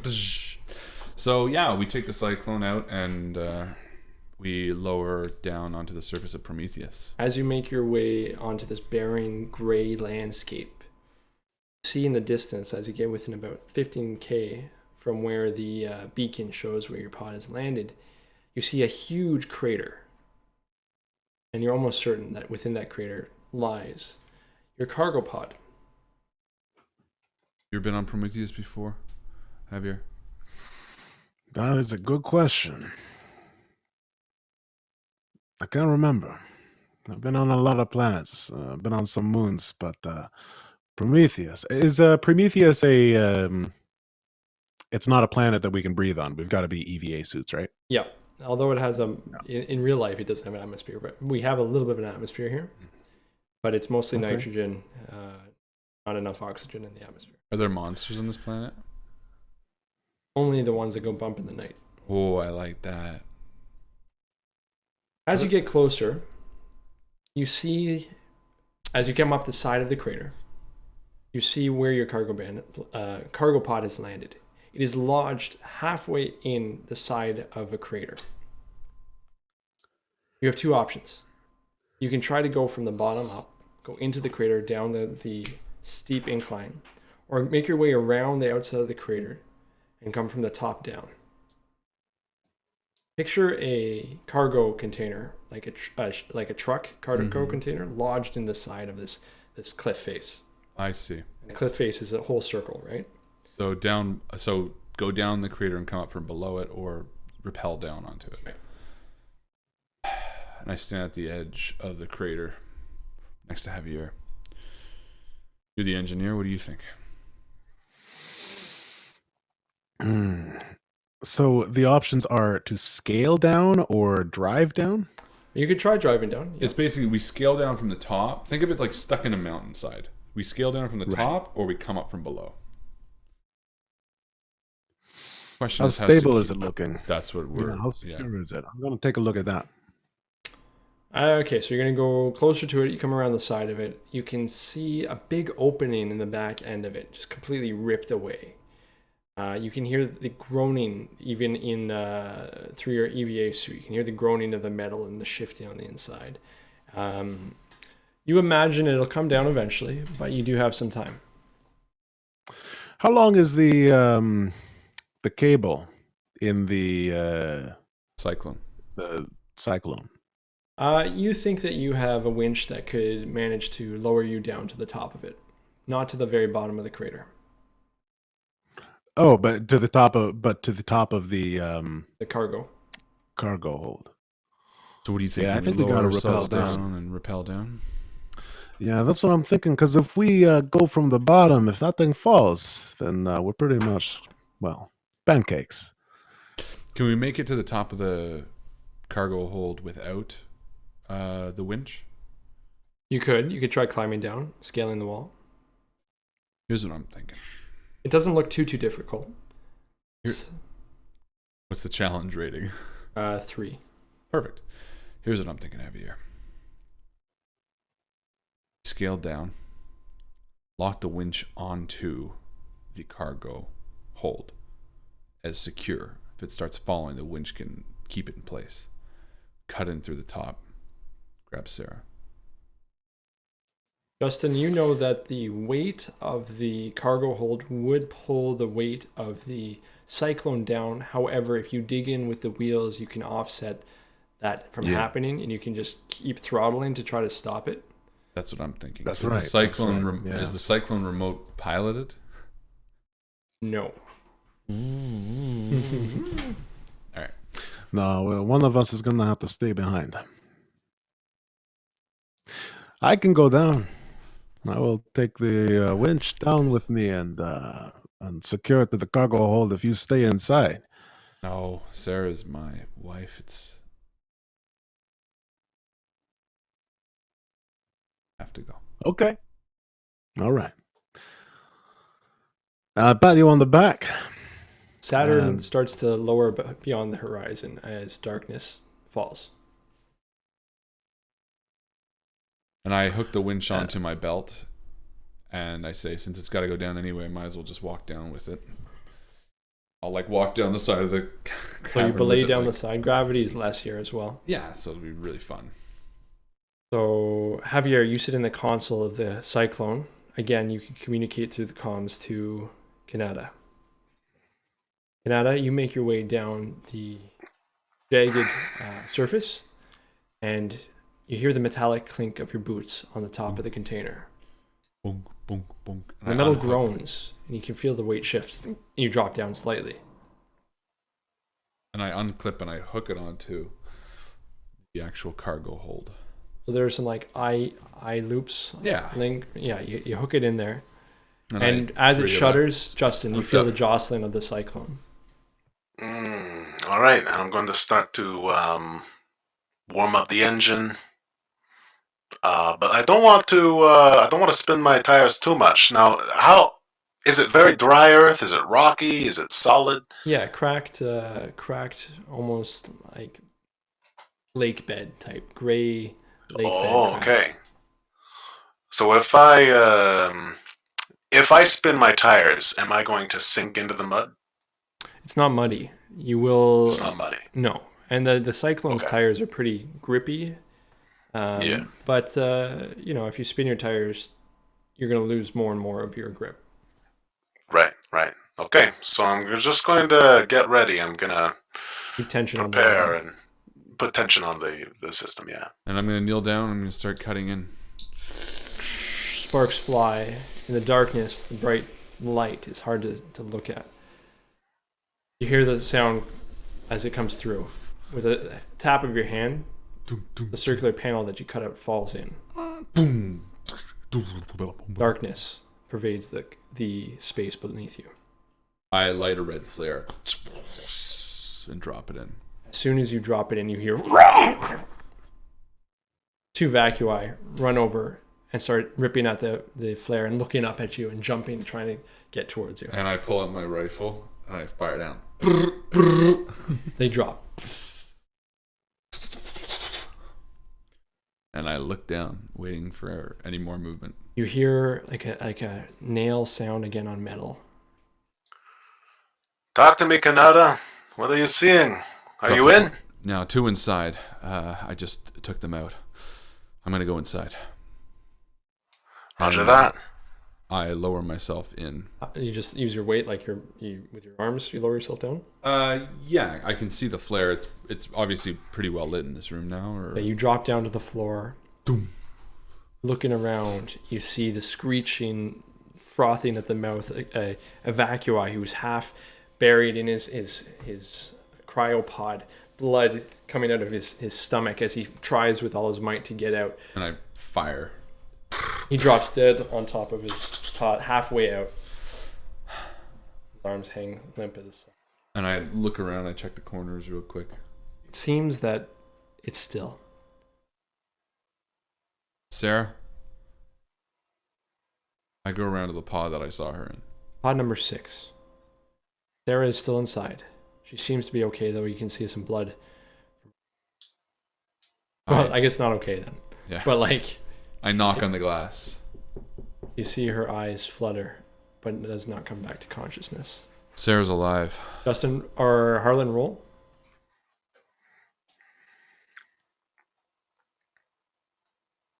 Ooh, 3. You feel the lurch of the pod, and you're pretty sure it's going to give soon. Justin, all of a sudden, the cyclone gets pulled back a good 5 meters. Okay, I'm going to try to catch it and start slowly moving it forward. Okay. I got Sarah. The cargo bay's starting to fall though, buddy. Okay, well, I'm attached to it. You got her? You're holding on to her? No, not yet. I what if she's Get back to infected? the winch. And then What if I she's can, infected? You look Pull at you her up. face, and you do see that rust color. She's infected. But she was talking to me like she was fine. Okay, well, I don't think I'm going to be able to lift that whole cargo hold, but are you able to get the winch to her? Hold on. I walk over to the door of the cargo bay. So again, one side's lodged in the mountain, the other side is ripped open. Yeah. Oh, so it's open to the Yeah, thing. exactly. So I sort of walk over and look up to the edge, and I can see obviously the winch top. Yeah, 'cause I absolutely. attached to the one side. Yep. I look back at her pod. Does she have any hooks on it that I could hook the winch to? You feel like you could fasten something. If Okay. nothing else, you could wrap the wire around and hook it to itself. Yeah. I'm going to say, I want to hook up the winch. I got to wait for this thing to stop moving. Give it a little bit, see if it moves. All right. And I'm going to try to drive forward a little bit. Just So a few feet. what's that going to do is going to jiggle the whole pod, right? It's going to pull the pod, put a little pressure upwards. Yeah. And as soon as Justin does that, Justin, you feel the weight is now on you, and it's struggling to stay in position because as soon as you let it go, you're going to drift back to its position. No, he wanted to go, forward to give it slack to see if it would fall forward. Oh, I see. Okay. Yeah. Okay, can you do that? And we'll have Justin, can you roll to see how lightly you lower it? Like, I want to see if there's Right, enough so slack. I'm moving backward a little Yeah, bit. but you want to do it in such a way that you're not all of a sudden giving it the slack. You're just Right. easing Yes. Yes. I want to see if there's enough slack you can give me so I can hook it up directly to Sarah's pod and we can take her out of here. So am I rolling for this, or Yes, how are we you doing are. this? Yeah, almost like Okay. a piloting roll. Very gently, I'm going to move it backwards. So you, I got an you rolled 18. well. Oh yeah, okay. So you gently roll it back. Harlan, you feel Yeah. the tiniest shift, but it seems to be settled. And now I'm going to walk really carefully to the open end and try to unhook and bring it down and hook it onto Sarah's So you're pod. gonna climb back up the hole, No, just walk to the open end because I'm picturing that the winch is... right on the end. Yeah. Okay. I pictured it was on the farthest end. In fact, now that I realized it was torn open at one end, that's where I would have hooked it. Okay. So I'm going to like walk to this edge of this like creaking as it's like open over this huge crevice. Yeah, the depth that you could fall is. And It's I'm like going to overwhelming. reach up slowly and unhook the winch now that has slack and like start stepping back as like the just like grinding against the metal. And I'm walking back Yeah. and I'm going to hook it up to Sarah's pod. I'm What's like, your status? No movement. it's hooked up. It's good. Let's go. And I start climbing up the hole. All right. So you're gonna climb up. Surprised you didn't make me roll for that. Well, I'm gonna make Justin roll for it for sure. Well, now my logic is even if the thing falls, she's just going to get jostled around. She's in a pod, so... Right. But Justin. the pod might break. So here's what I'm thinking. You're gonna pull her. It's gonna come out of the To me, the this cargo. is basically Jurassic Park. Park Lost That's what I'm World. picturing too. Yes. So Yes. it's gonna swing out. Yeah. It's gonna like hook around. It's gonna be really hard to do because it's gonna like try to get caught, right? Okay, here's what I'm going to do. And have you explain this to me in character. Tell me the error that Chris is saying. How big is that hole down there? Because if you've got it hooked up to something that's inside the hole, then it's going to have to slide through pretty easily. And it's probably going to bang around a bit when the cargo pod falls, or the cargo hold falls. What if I slide it out? Slide the cargo hold down? No, what if I slide the pod out to the edge of the edge of the broken cargo hold? It'll You're going to be fall causing loose a lot from of the pod. vibrations on that thing. Yeah, but once it's out, And put it should yourself be- in danger. Because you'll be inside the hold, right? I really hope this Hello? goes a certain way. I'm picturing such fun things. Yeah, me too. I'm picturing fun stuff. Sorry, I had to think. Listen, if you're right, if you pull now, it's just gonna grind against the metal here, and it might cut the wire. I need to free the winch. I need to push her pod out of the open hole over the chasm. It's gonna slam back against the wall of the chasm, but these things are meant to withstand extreme force, right? Yeah. So here's what I'm gonna do. Do it. I'm going to push the pod out to the end and hope. Yeah, we're gonna say it's about 15 feet that you have to push. So So I basically, walk- the size of this room, you gotta Yeah. slide this thing out. So I walk Every around. 5 foot, Yeah. you're gonna have to, take a roll to see how well you're doing. So I walk back to the end of Sarah and like I'm by her feet, and the top of this pod is attached by a winch that's going out this broken cargo hold door, and it's going up towards the cyclone high above us. And I lean down with the low gravity, it's not too bad, and I start sliding it. scratching across the floor of the As cargo the hold. creaking floor. I'm going to make Justin do the first rule. Okay. Justin, you feel... So this whole time, I'm trying to keep tension on the wire. I don't want there to be any slack so there isn't a giant jolt, you know? Well, Yeah, the weird that's thing, actually you know what? Come to think of it, Justin, you're not even engaged with the cargo hold anymore. You're engaged just with the pod. Just with the pod, yeah.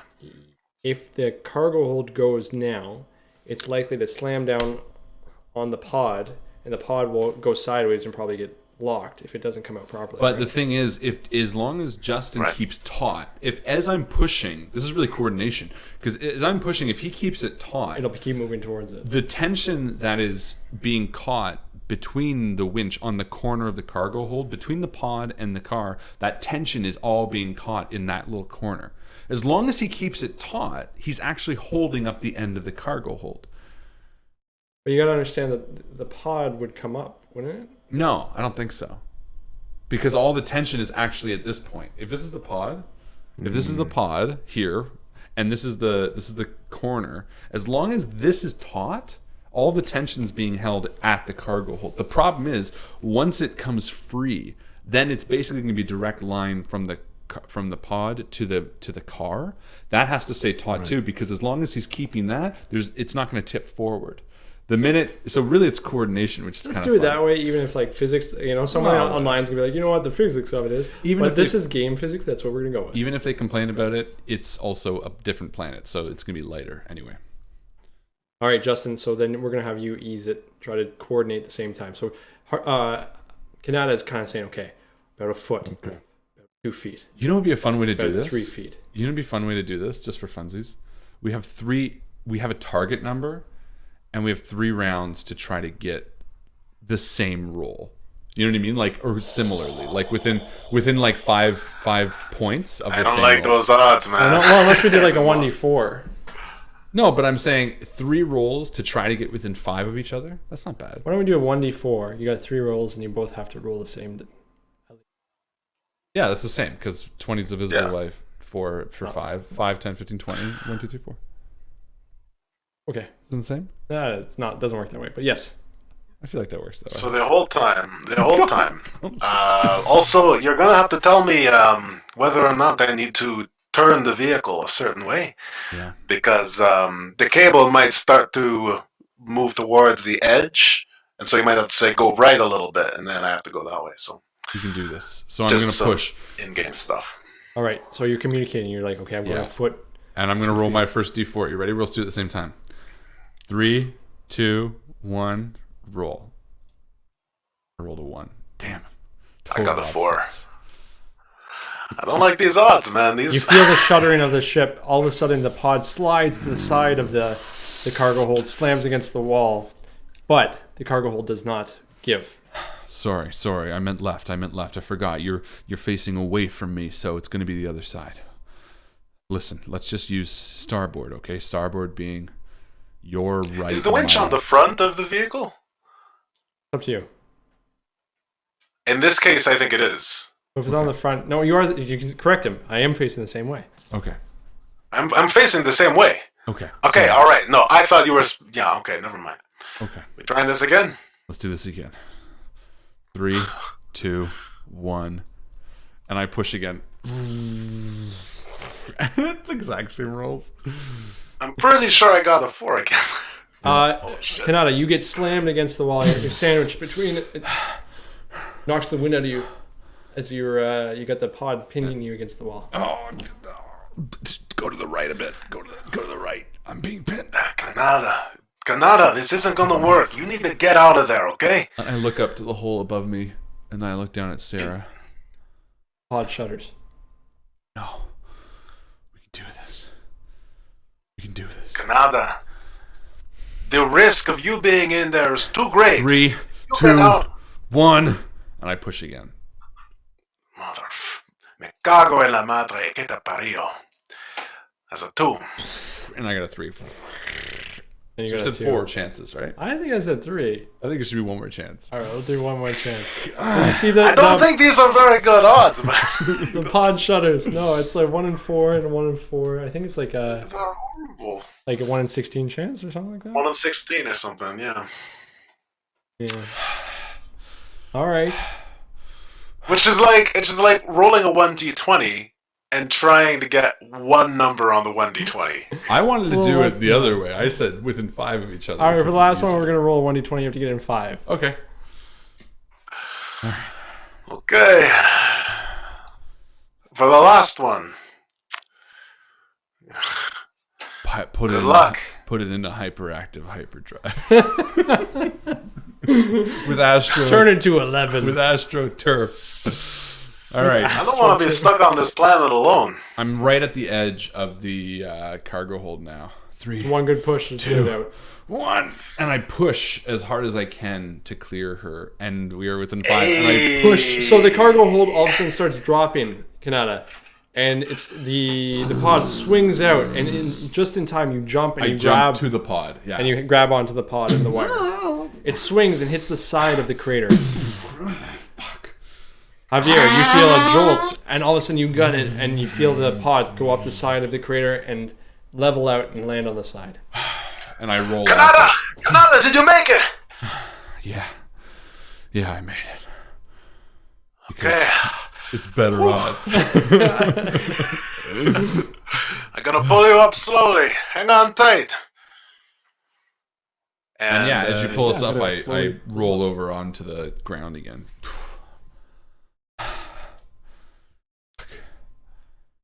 And I hop out of the cyclone. I never want to have to do that again. And you're right. I help him up. Yeah, I'm all right. Look at her. And we both look at Sarah. She looks almost peacefully sleeping, aside from the wound on the side of her head. She's got the vacui. She's got the rust. But you say she was speaking to you, huh? Yeah, she did. She called out to me. She told me to save her. They hired us. Man. They hired us to move these pods towards Iris. No, Titan.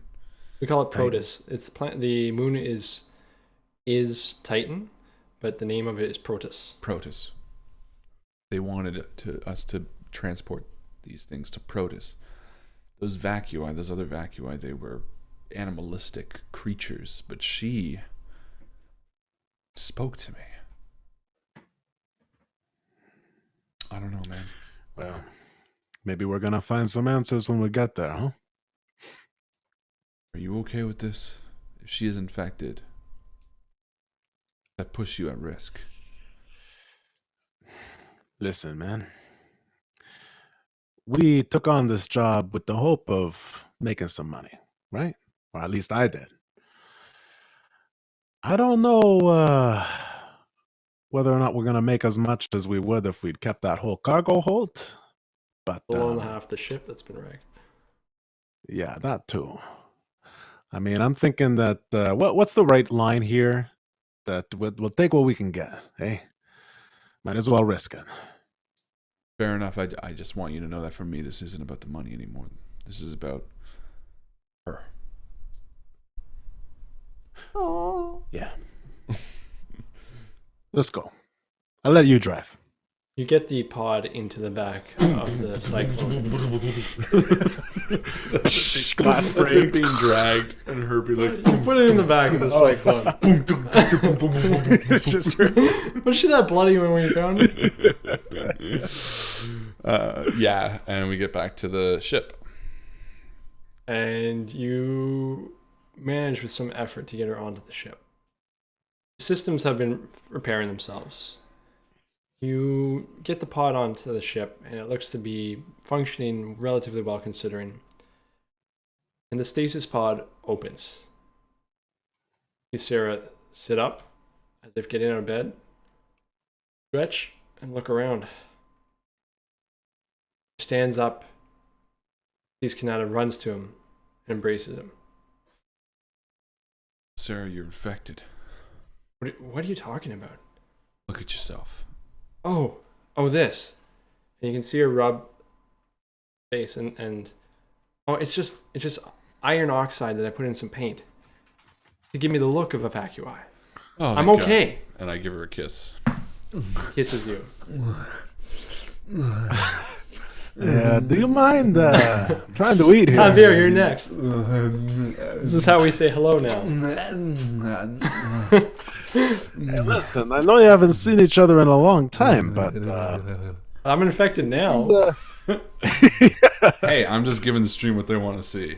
They want to see how I kiss. And I kiss like this. Toothy. I don't know how comfortable I am with this. I mean, what were you doing in those pods? You were with the rest of the Vacui. Tell us what you were doing. Well, I can tell you, it wasn't my plan that this would happen. Here, let's go sit.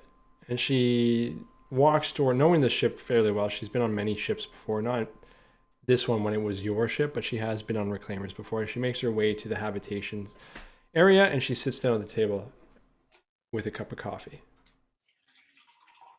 Okay, well, I don't even know where to begin. Nana, I'm sure you got my last message. Yeah, I did. I watched it on repeat thousands of times. Get it. I mean, I thought I was going to die. Sent you that message after having found the hope mushroom. I told you about that. Well, it wasn't all that I found.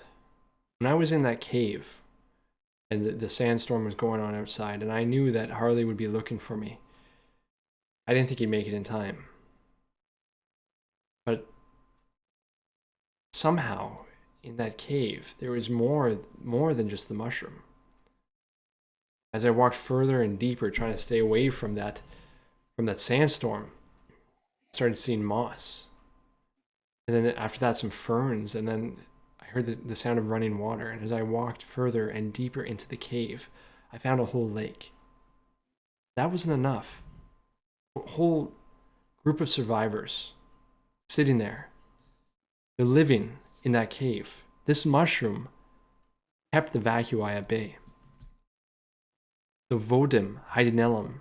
It is a way of turning the life eaters, that's what they call them in the caves, the life eaters away. Now, I knew Harley was trying to find me, but I couldn't tell him. Harley works for Neverlost. He works for the government. I hired him through the system. If something happens to these people, if something happens to the fungus, for one chance, I don't think we can just openly tell people about this. I think there's a chance that some people would want it to not work. I mean, think about it. On Titan, they've started a whole new life. They have everybody important there. Whole system, hierarchy. What do you think would happen if all of a sudden we said, maybe we should go back to Earth? Maybe we should start anew. Maybe we found a way. And so I knew I needed a way to get it to Titan. I needed someone to pilot me, someone I could trust. So I got a message. I got a message to Mark. And I knew Mark would get to you. What I didn't know is that we would get derelict on this planet. Can we even get to Titan? Yeah, we can get to Titan. I don't. And she takes the necklace off. And just like the necklace you have, Justin, with the seeds in it, there is a necklace with a little bit of earth and a white mushroom, very small, growing there. And you can see the fibers of the systems underneath, the psyllium network that's underneath there. It says, this is what it's all about. And she hands you, Kanata, and you, Javier, the hope mushroom, Vodum.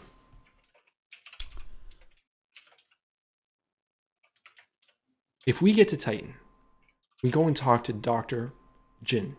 I know she can figure something out. I know she knows what's best. We just need to get this to her. And I knew that if I went to the facility outside of Chicago and tried to find my way back to Titan, they would have taken this from me. I can't let that happen. Or worse, they would find the survivors and destroy them, or something bad might happen. I wasn't able to make that risk.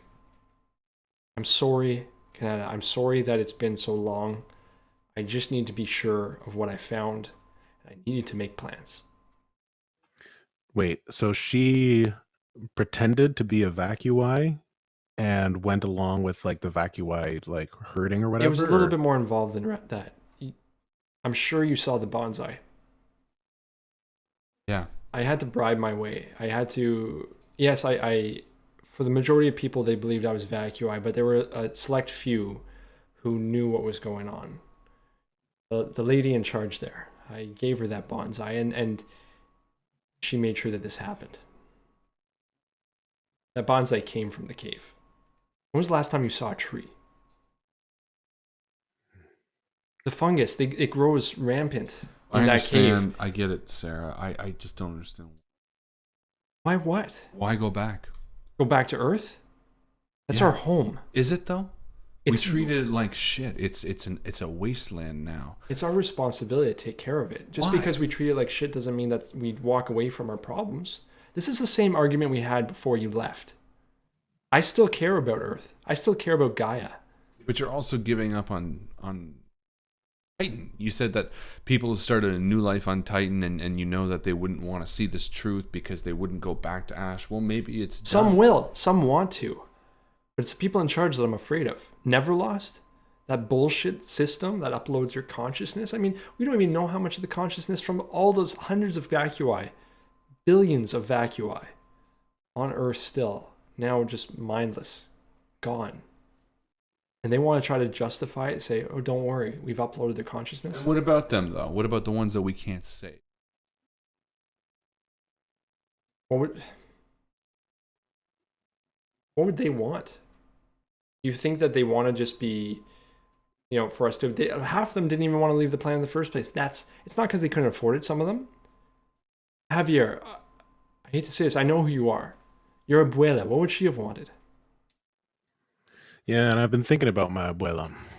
And the conversations that we've had, if you can refresh my memory, she's in the never lost system. Yeah, but you, like you said last time, you don't get the impression that she's really there. It's not your abuela. You don't think it's truly her consciousness. And she was one of the last caregivers of fertile soil. She believed in Earth and she wanted to protect it. Unconsciously rubbing at my seed pendant. Roll a 1d20.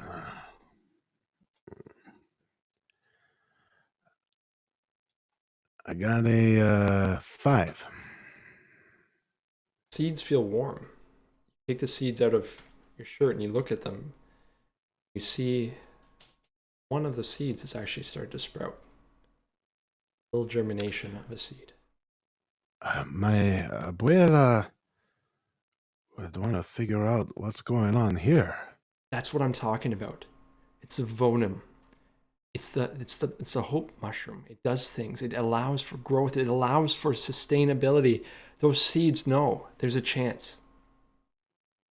And there's more like it. There's a whole bank of seeds that we've saved. We can revive Earth. We can vanquish the vacui. They're just we'll figure a way.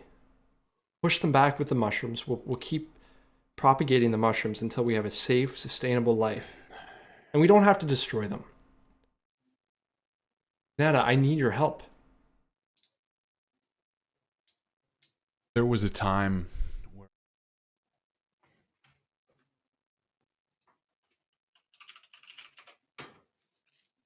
whatever it took laid my life down. I haven't seen you in... I'm Sarah, the woman you supposedly love. Supposedly. Well, I don't even know what that means anymore. I don't even...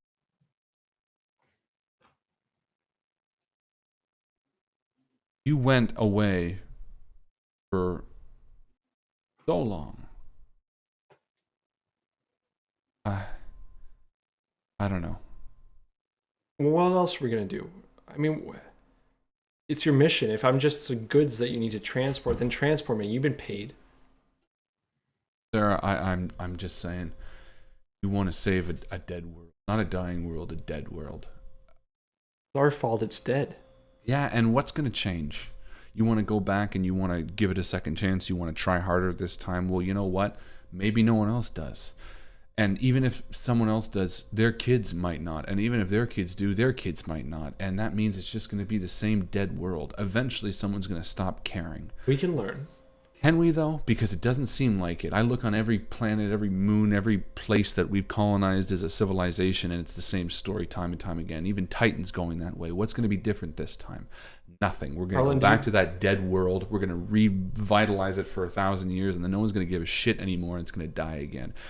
Who knows? Maybe this has already happened. Maybe this whole story's already been told, and this is just the 4th time we've decided to come back. Harlan, are these your true convictions? Harlan? No, Canadius. Yeah, I think he's angry, though. Can you roll to convince? Sure. The cameras are being really funky.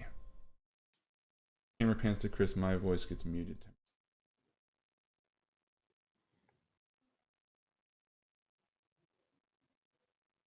How's it sounding for you, Justin?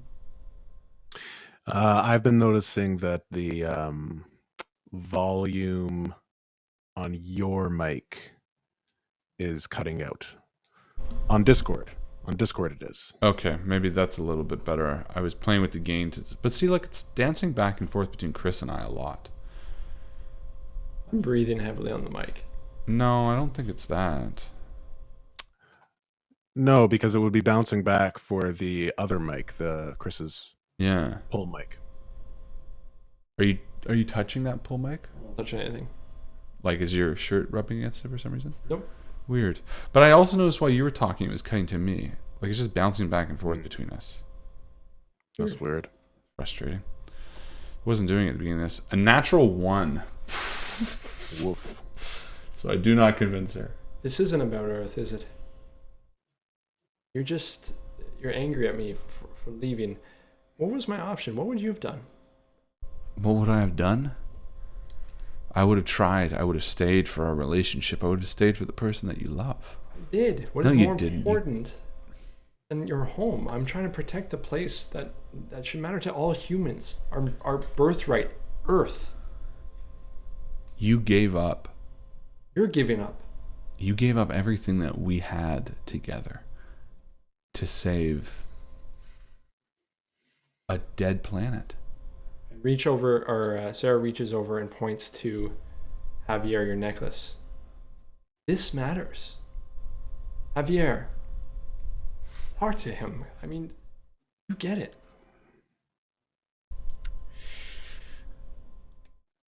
You haven't had a conversation with my abuela yet, have you, Canada?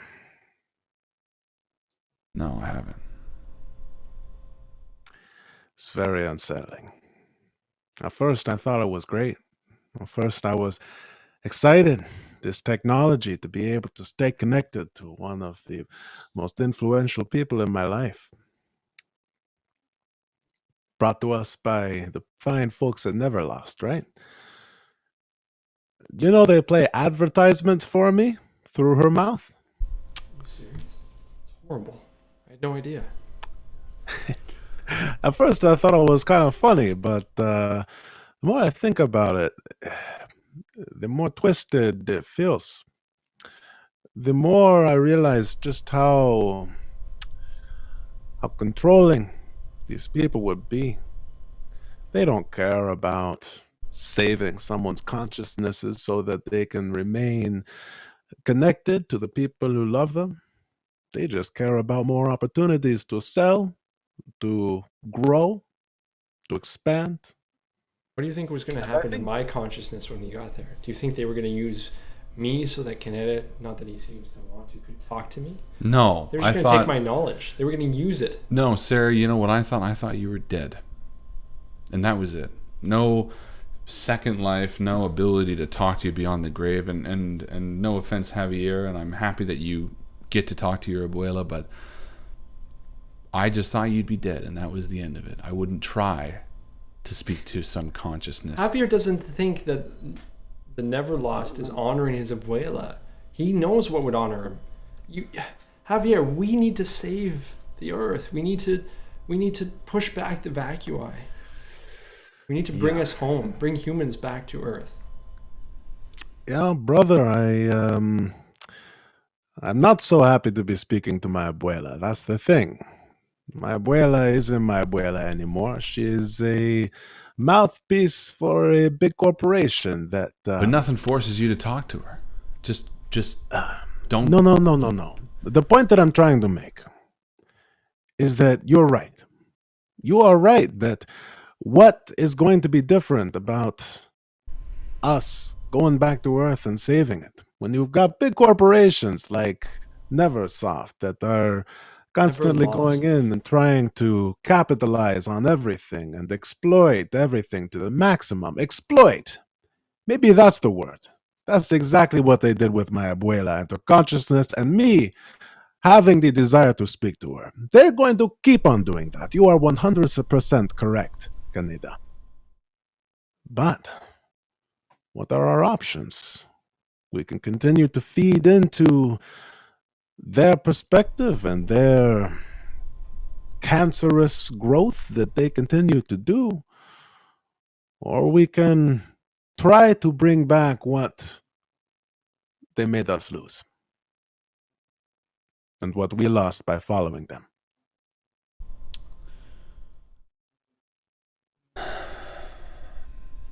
Justin. Yeah. Javier. Start Yeah. the ship. See. I need to talk to Kaneda privately. All right. I've said my piece. Yeah. I awkwardly make my way out of the room. Is it true what you believe, Kaneda? Are you telling me the truth? Justin, would you actually mute your headphones? Are you able to do that? Take them off? Oh, Yeah, sure. Secret conversation. I can't hear a thing. Are you actually muted? You can test me. What is your favorite crayon? Okay. Is it true the way you feel? You don't think that there's hope for Earth, or is this meta, or is this role playing? Role playing. Oh. Do you actually believe it's over? No, it's got really deep. Do you feel that way, Kaneda? Can I explain in a meta sense for a second? Yeah. I think it'll help me understand too. I think Kaneda is really hurt, obviously, by the fact that this woman essentially chose the greater good over the relationship. At what she supposes. I think that takes his view of this in a more negative light. However, I think he sort of said what he said reactionary, but as he's processing it and speaking the words, I think he actually is believing it. And I think it might have been something he believed for a long time, but maybe kept hidden because he loved her and loved her passion. But I think to him, Earth is just a place. It's just a spot that we decided to colonize. And he spent so long pining after her, and now that she's back, he realizes that she chose to leave, that she wasn't taken from him, that she didn't die. She chose to leave. And with that tie severed, he's kind of like, no, I don't think he cares, to be honest. He legitimately doesn't think we should be going back to Earth. I don't think he does. I mean, I think he's the kind of person that would have fought this cause because it was her cause.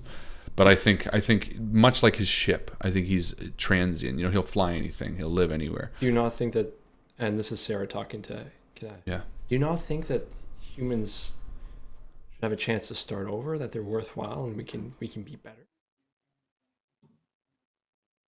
I think humans have had enough chances to start over, and I think they're going to keep taking chances to start over. I think the question you're asking is,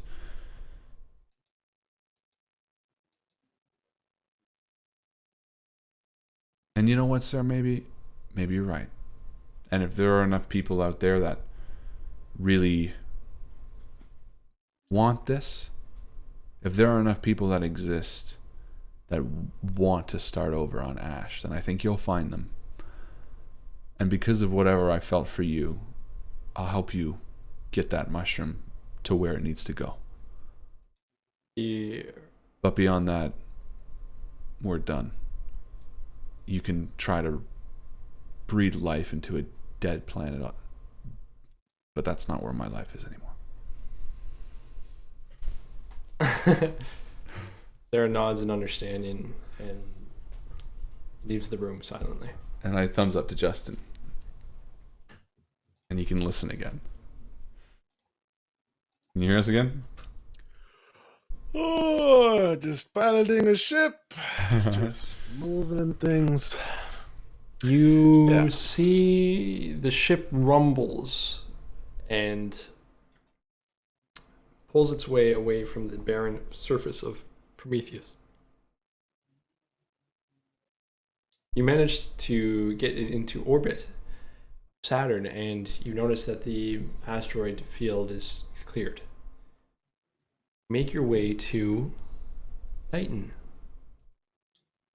And you're following your flight path. Now, flight path leads you into a particular area of Titan. As you come closer, you see the surface, you see water, you see this expanse of man-made industrial metal facilities. Just as you're making your way in,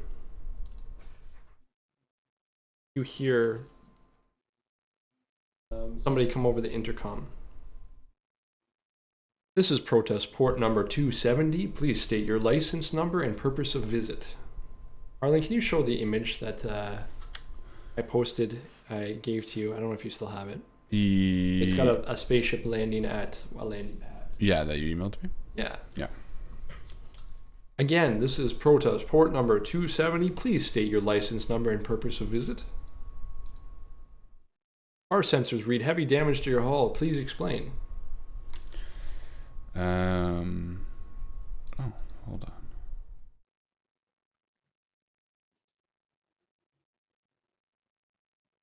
Dum dum dum dum dum dum dum dum program. There we go. You guys can't see it, but the stream can. Protest port number 270. Please state your license number and purpose of visit. This is license number 4362894, commercial class reclaimer vessel. Osiris, Captain Kanata speaking. We are here for the delivery of cargo. We have you scheduled. Please explain the damage to your hull. Asteroids. We were tracking that. Flight plans indicate 2 operators. Our scans suggest a third. Is there a reason for a third operator? Cargo. The third operator is cargo. Correct. Can you roll, please? Sure. It's true, though, isn't it? Even if they were alive, they would have known we're transporting people.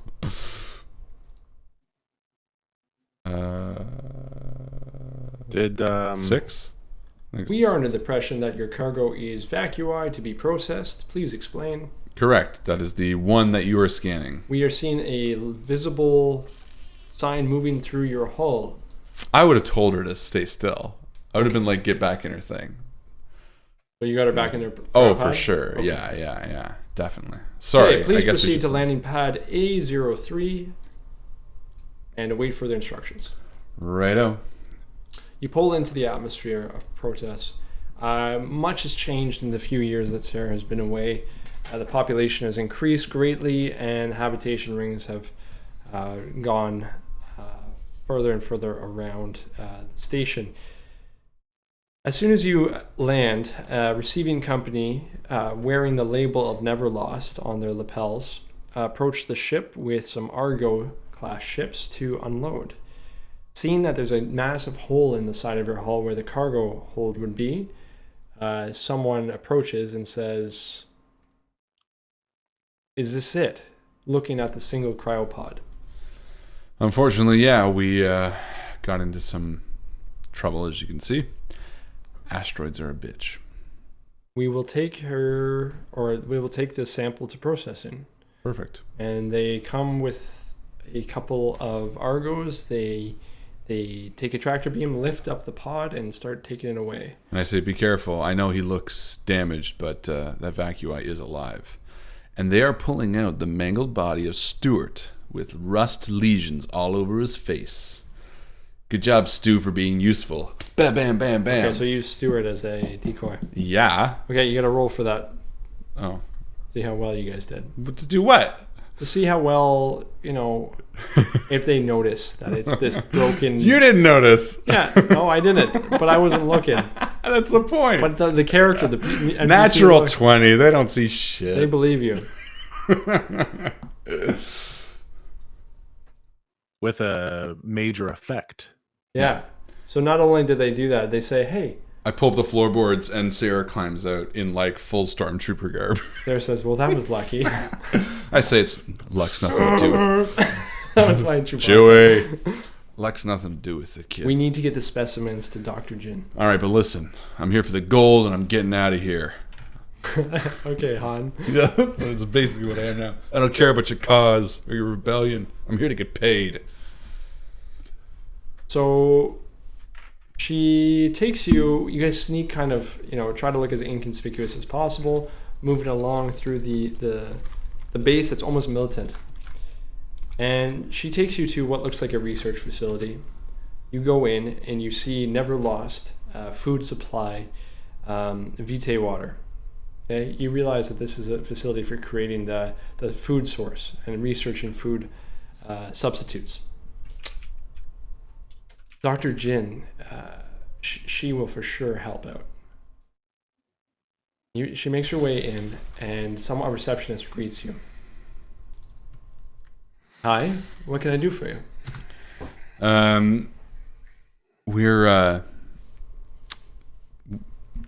What's the plan? Did Sarah tell us who she wants to meet on Titan? I forget.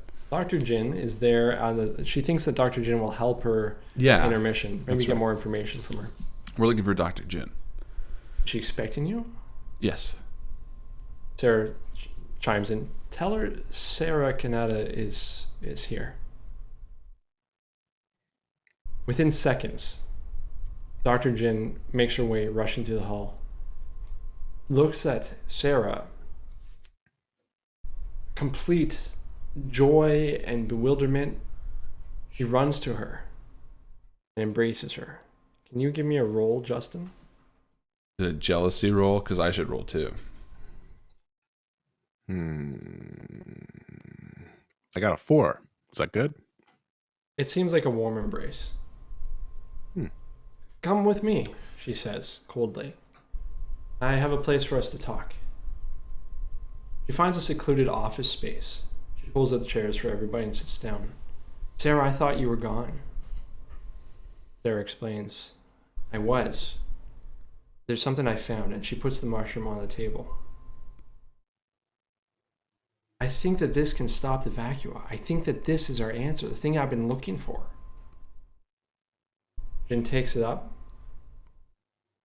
and immediately seems to understand. I know just what to do with this.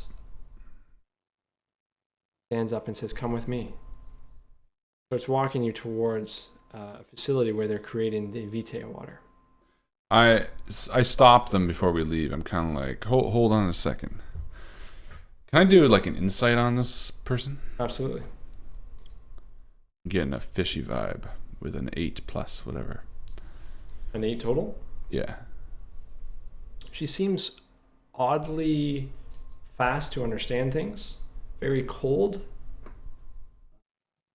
The way that she approached Sarah, you would have almost assumed her to be a warm and lively person. And then after the hug, she kind of turned very... I don't feel so good. Her face went very blank. Are you okay? Are you gonna be sick? Not yet. Do you want to take a break? No, we're good. Are you sure? Yeah. I'll let you know. I'm okay. You have the bucket next to you? I do. Okay. And she looks very, very cold-faced and calculated. Okay, we follow her.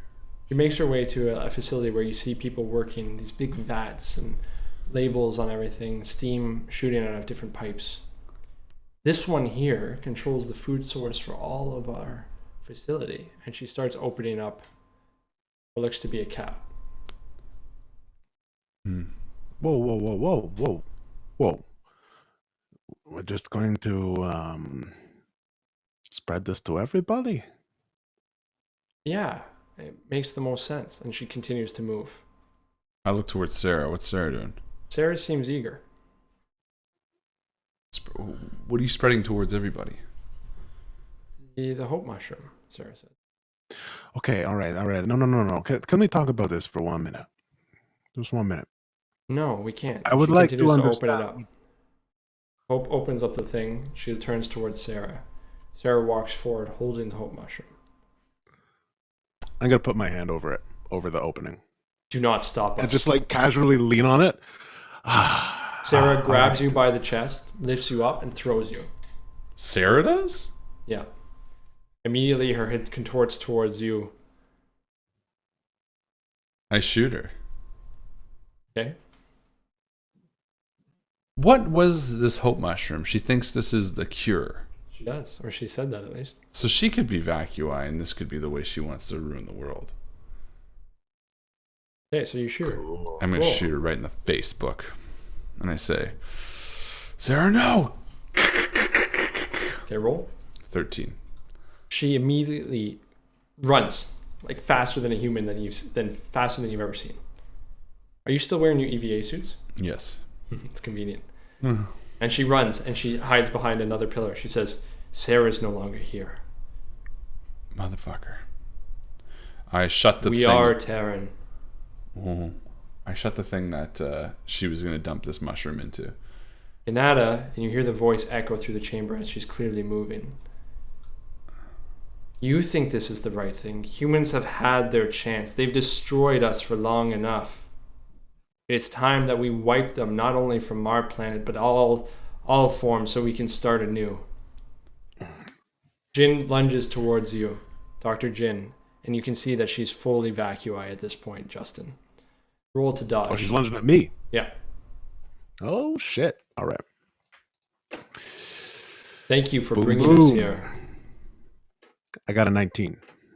You dodge out of the way as these claw-like fingers are lunging towards you, swiping after swipe, but you seem to be moving just ahead of her step. Yeah, I'm going to run over to the counter. I'm going to jump over it and try to get on a comm system Okay. and try to go into an emergency frequency. Okay, immediately you hear the light switch, this dark, dim lighting, these red strobing lights turn on. Alarms start to sound. Evacuate. Evacuate. And can I speak over the You comms can. at all? Yep, absolutely.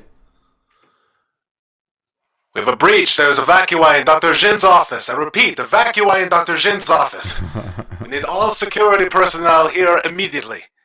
Instantly, you see this machinery. It looks like a forklift come flying over and crash into the comms where you are, and just obliterates the whole system. Well done. Now you've informed them. Maybe you should have told them to bring more people for me to infect.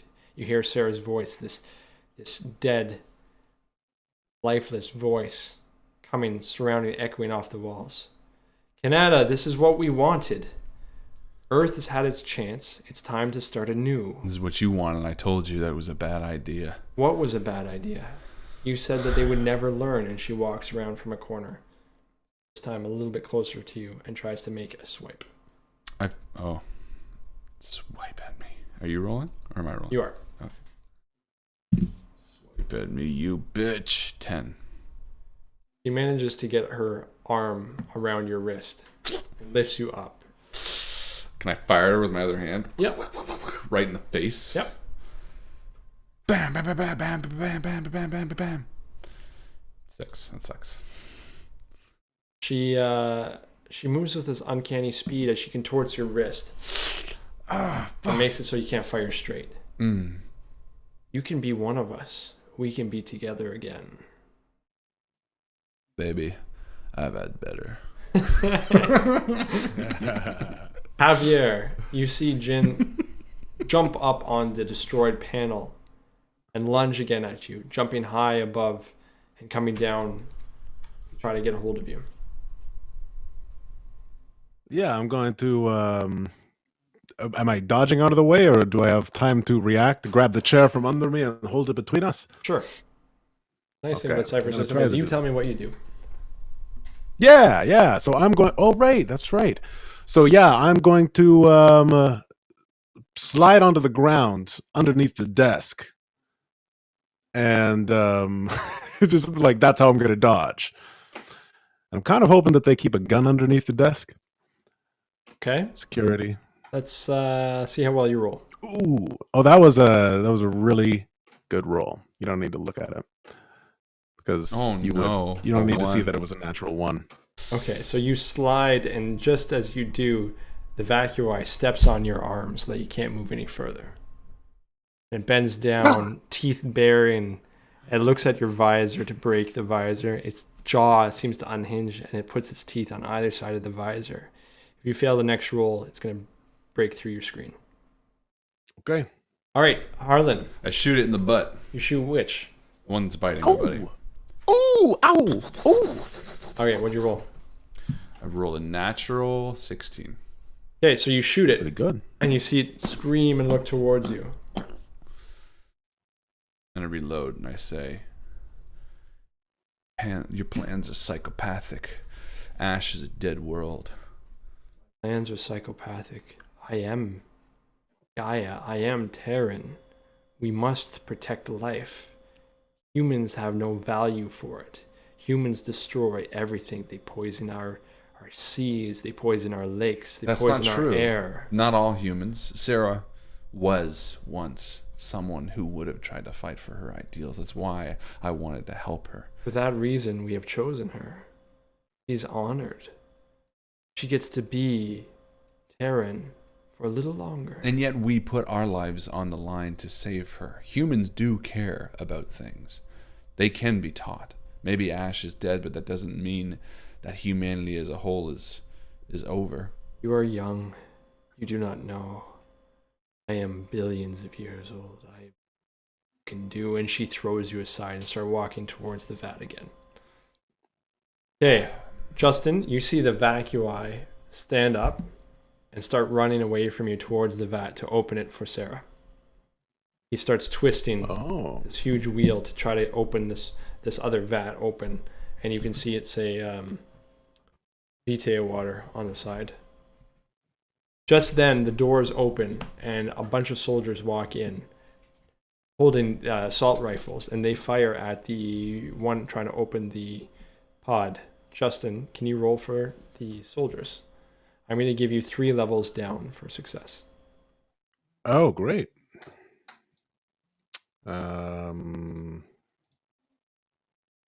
yeah, 19. So not only do you succeed, you get a minor effect. You see the bullets pierce through the Vacui and just ripping it to shreds as it screams out and falls to the floor. What minor effect do you want to happen? The minor effect is that as I begin to push myself up from the ground, I see there is a assault. There's a pistol in a holster underneath the desk. You see just that what I was looking for. From the wreckage of the forklift. It must have been the forklift, and it slid to your feet, and you pick it up. You look inside. It's actually an old, like, antique. It's like a 9mm gun, so with rounds in it, not just a laser weapon. Ballistic. There will be more of them, Sarah says. And she starts walking towards the soldiers. We need to kill her now. She, in a bound, jumps to the nearest soldier and rips its head off. Ooh. Throws him to the ground and makes her way to the next one. This one, she has the intentions, as you can see, not to kill. Otherwise, she would have.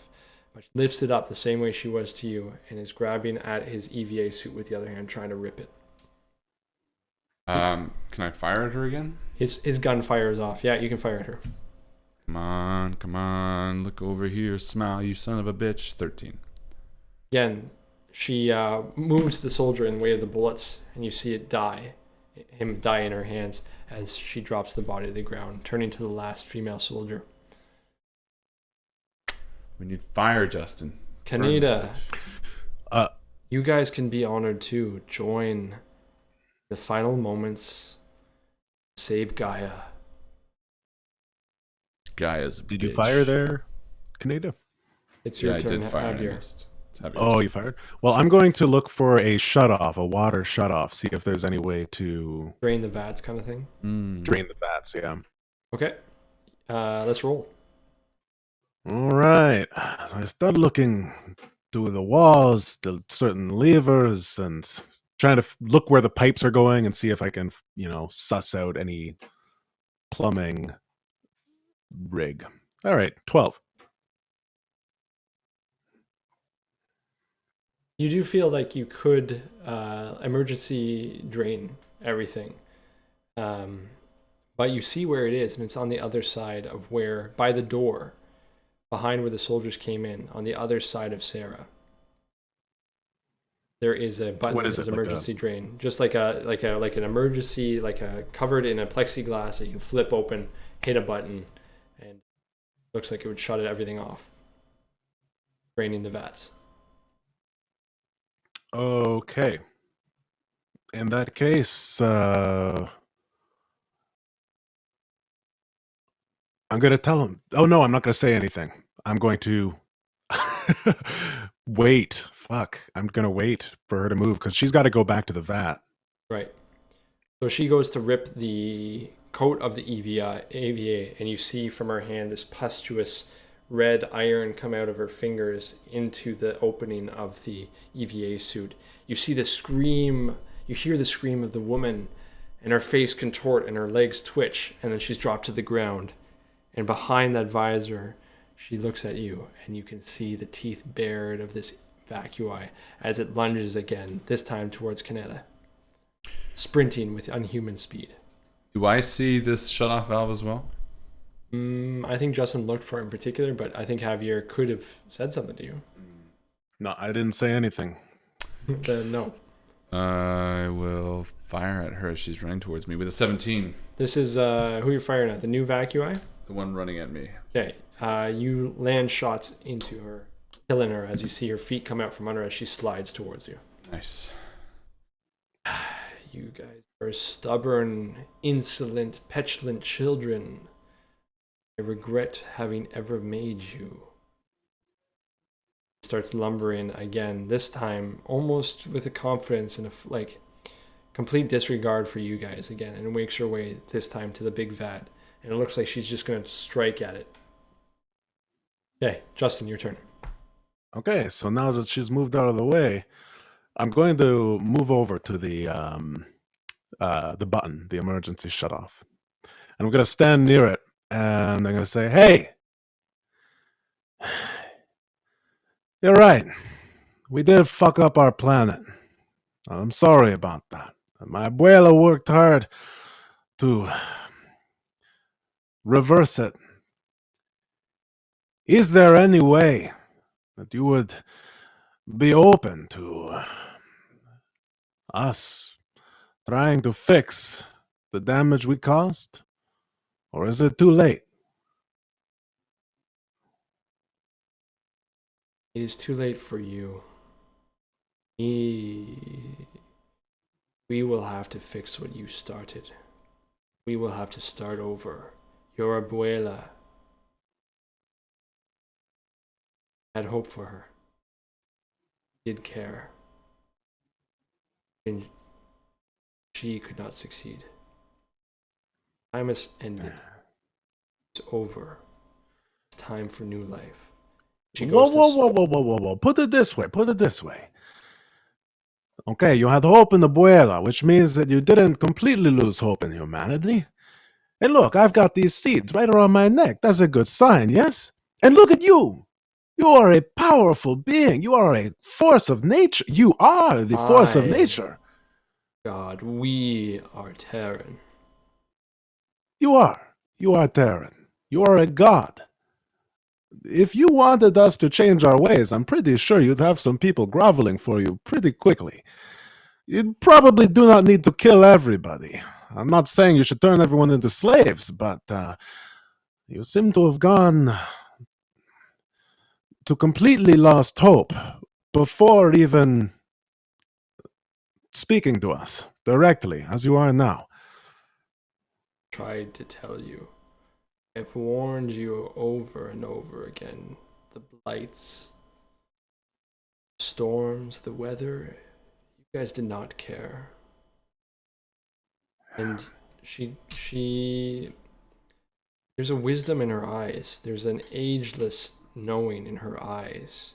A loathsomeness, though. She looks at you like she looks at a sore or a pus or a scab that picked and left aside. You talk to her as if you know things, but she's ageless. She has seen countless humans come and go. What is it that you think you can convince me of? That you are different? That maybe Canada, who doesn't even see the value in saving our home, are different? That you will change? I can start anew. I can fix what you have done. She turns her back to you. Hey, look. And I'm going to step towards her. Stay where you are. As the red lights are flashing. Look, we can try to delay you. We can try to slow you down, but that's all we'll be doing, right? I say as I look to Canada, taking a step closer and closer to her. My abuela, she tried hard to reverse things, and she failed, but not all hope was lost. And I snap the pendant off my neck, break the chain. You're right about humans. I'm afraid we have done some horrible things to our past planet and your current one. But I want to offer you a deal, I guess. And I reach forward and I hold out my open palm with the seeds at her back. You have an opportunity. Head turns around. Look at the seeds without her shoulders moving. Disgusting. Her head whips around. You hear the cracking of the bones. And she looks down at the seeds you offer. If I could say, we destroyed our home, but we've created a semblance of a home here on Titan and the surrounding moons. I have very strong faith that if you were to take this and go back to your home, you would be able to start fresh without humans, with the vacui that you have on the planet. I'm sure that humans are going to try to come back, and I guarantee that I will not be one of them if you turn it back into the paradise that it used to be, but I have a feeling you will be able to defend it if you did so. I see one option. I see what your abuela gave you and the wisdom that she had. You have seeds. Viable. This, and she slams with a strength that's unworldly onto the vat. You can hear it thrum. This is not how you will live. And she says, this false food, this nourishment is not sustenance. You are to live. And she reaches her hand into the vat. And you can see this the vat as water spurts out, this Vitea water, but it's all like iron colored. You will have to make food for yourself. You will have to live and prove your worth before you come home. And with that, she goes to leave. She walks away and she says, I am returning. If you guys are to survive, you guys are to prove yourself. We will start anew here. And she leaves the space. She leaves the room. Immediately, I jump on the comms and say, try to get like a broadcast over all the radios over this Planet, how far can I broadcast? You can broadcast to the facility. Okay. I say, there's been a water breach. We cannot drink the water. Please tell everybody you can. Spread this message as far and wide as you can. If you drink the water, you will die. Spread the message. I sit back in the chair and breathe hard. Kaneda's like in the corner, like bloody. Sits up and lurches forward and like slumps over to you and sits next to you. It's like, what the hell was that about? She just left, gave us another chance. She doesn't like the way we live our lives. And she's basically forcing our hand. We can either drink that water, or we can try to start fresh with this. I hold up the seeds. And with that, your newest journey begins. You never hear from Gaia again, from Terran. She seems to have disappeared, leaving your ship entirely.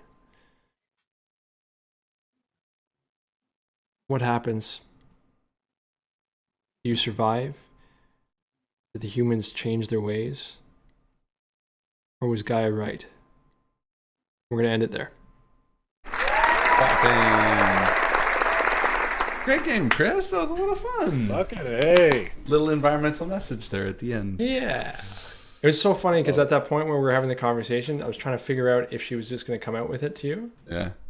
Because if you had been like resolved in the fact that humans are like pitiful, Yeah. I was going to be like, help me, and like turn into Gaia then, and so like turn true. against Javier. And I was like, That's interesting. I was trying to think of a way that you presented a scenario that I think had a lot of options. yeah, I wish I had more time to think about them, because at the end, like literally where you're given that, I was like, oh, you know what I should have pitched? And it's kind of like sort of a morbid, dark angle, but it might have been nice. It might have been cool just to see how she would react. To be like, kind of go with like, you're Mother Nature. Like a mother's job is to provide. And that is your job. You have succeeded. What we do now is like not of you, which is kind of an interesting way to think of it. It's kind of I was like, yeah, like I've raised you to this point. You're on your own now. And that's kind of where she left it, but not in a motherly way. Well, that's exactly. It'd be kind of cool to kind of be like, no, fuck you. Fuck you, Gaia. It's like, you want to be Mother Nature, then act like a goddamn mother. Understand that your kids are going to make mistakes. That's interesting. Yeah. I was but I didn't think I about always that thought till it would be really after. cool if it ended somehow uploading to the Neverlost server. Yeah. Not just like Gaia, but even you guys. Like maybe she gives you the option. I'm going to destroy this earth. You have a chance to save your consciousness in the way that humans know how. It also, and then we could have had you guys woken up on this other plane. Yeah. In Well, the server. I was also thinking, yeah, and like, And like, and how would you come back eventually? And how would you? I thought that was an interesting. There's a lot of cool options. I was also thinking that maybe like that Verite stuff could only like take one modulation, meaning like it had like she could drop the mushroom in, or we drop something else in, and like we drop his mother's thing, and then that somehow would affect it. But then I kind of thought that wouldn't really. Yeah, the mushroom was. I wasn't even sure if I wanted to make the mushroom an actual viable thing, Or if it was just a gimmick for her to get you there. Yeah. Very Very cool. Because she wouldn't have needed the fungus No, to do it. She could have just tainted the water herself. had the Vacui, I never go there to any anything she wanted to save. Well, in any case, that was a lot of fun. Thank you so much, Jess. That was. A round of applause for you. If I can just say that is a fantastic premise for a like farming start with nothing game, like Stardew Valley. You know? Something really lighthearted. Harvest Moon starts this way. Yeah, started. And all of a sudden, like the music from Harvest Moon. That was a good day. You got like zombies on your Vacui on your property. Cool. Thanks, guys. Endgame XP. Who should we give it to? I have no idea. I wasn't able to. I didn't want to touch the computer just in case. Colin Burkhart was very active the whole time. Yeah, let's give it to Colin Burkhart tonight. He did a great job. Yeah, thank you very much, Colin. And all your comments, everybody else as well. Ladies and gentlemen, so the next few weeks we got some interesting stuff coming up. Let's see real quick what the schedule's like. Next week is the 15th. I think that's Joe, Justin, and me. I think I'm gonna run something. I have a really cool idea for a game, but it's a horror game. I don't know if we want to go back into horror. I'd be good with that. I'd Be good down with for a horror again? Do you want to hear Yeah. the premise, or should I keep it a surprise? What system are we going to use? Do you know? I don't know yet. Unfortunately, it might be Call of Cthulhu. Oh, that's okay. Nothing wrong with that. But it would be a different setting. It wouldn't be the 20s. It'd be like modern era. Okay. I really like modern era Call of Cthulhu. Yeah, so it'll probably be a modern era Call of Cthulhu. Like a one-shot, might be two-parter. Okay. I'll talk to Chris. I'll talk to Chris about it, and he can tell me if it's a good idea. And then we got the 22nd, which I'm not sure what that game is. But then Joe and I are off for 2 weeks, 29th and the 5th. And I think you're going to do a Justin Reed's sometime in there, right? Oh, the 25th. The 29th and the 5th. 29th and the 5th. One of those two you're going to do a Justin Reed's, I think. Yes. The 29th I could do. The 5th I don't believe I can. Okay. Well, what are you going to do on the 5th? You can't stream on the 5th? Might have to do it. I'll have to double check. I'm flying to Kansas City, and I might be leaving on the 5th. I'm going to Kansas City. Here I come. I'll check right now, actually. That's okay. I'll be in a charming apartment in the village of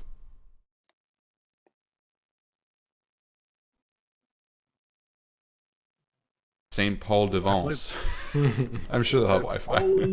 Or are you going to stream something?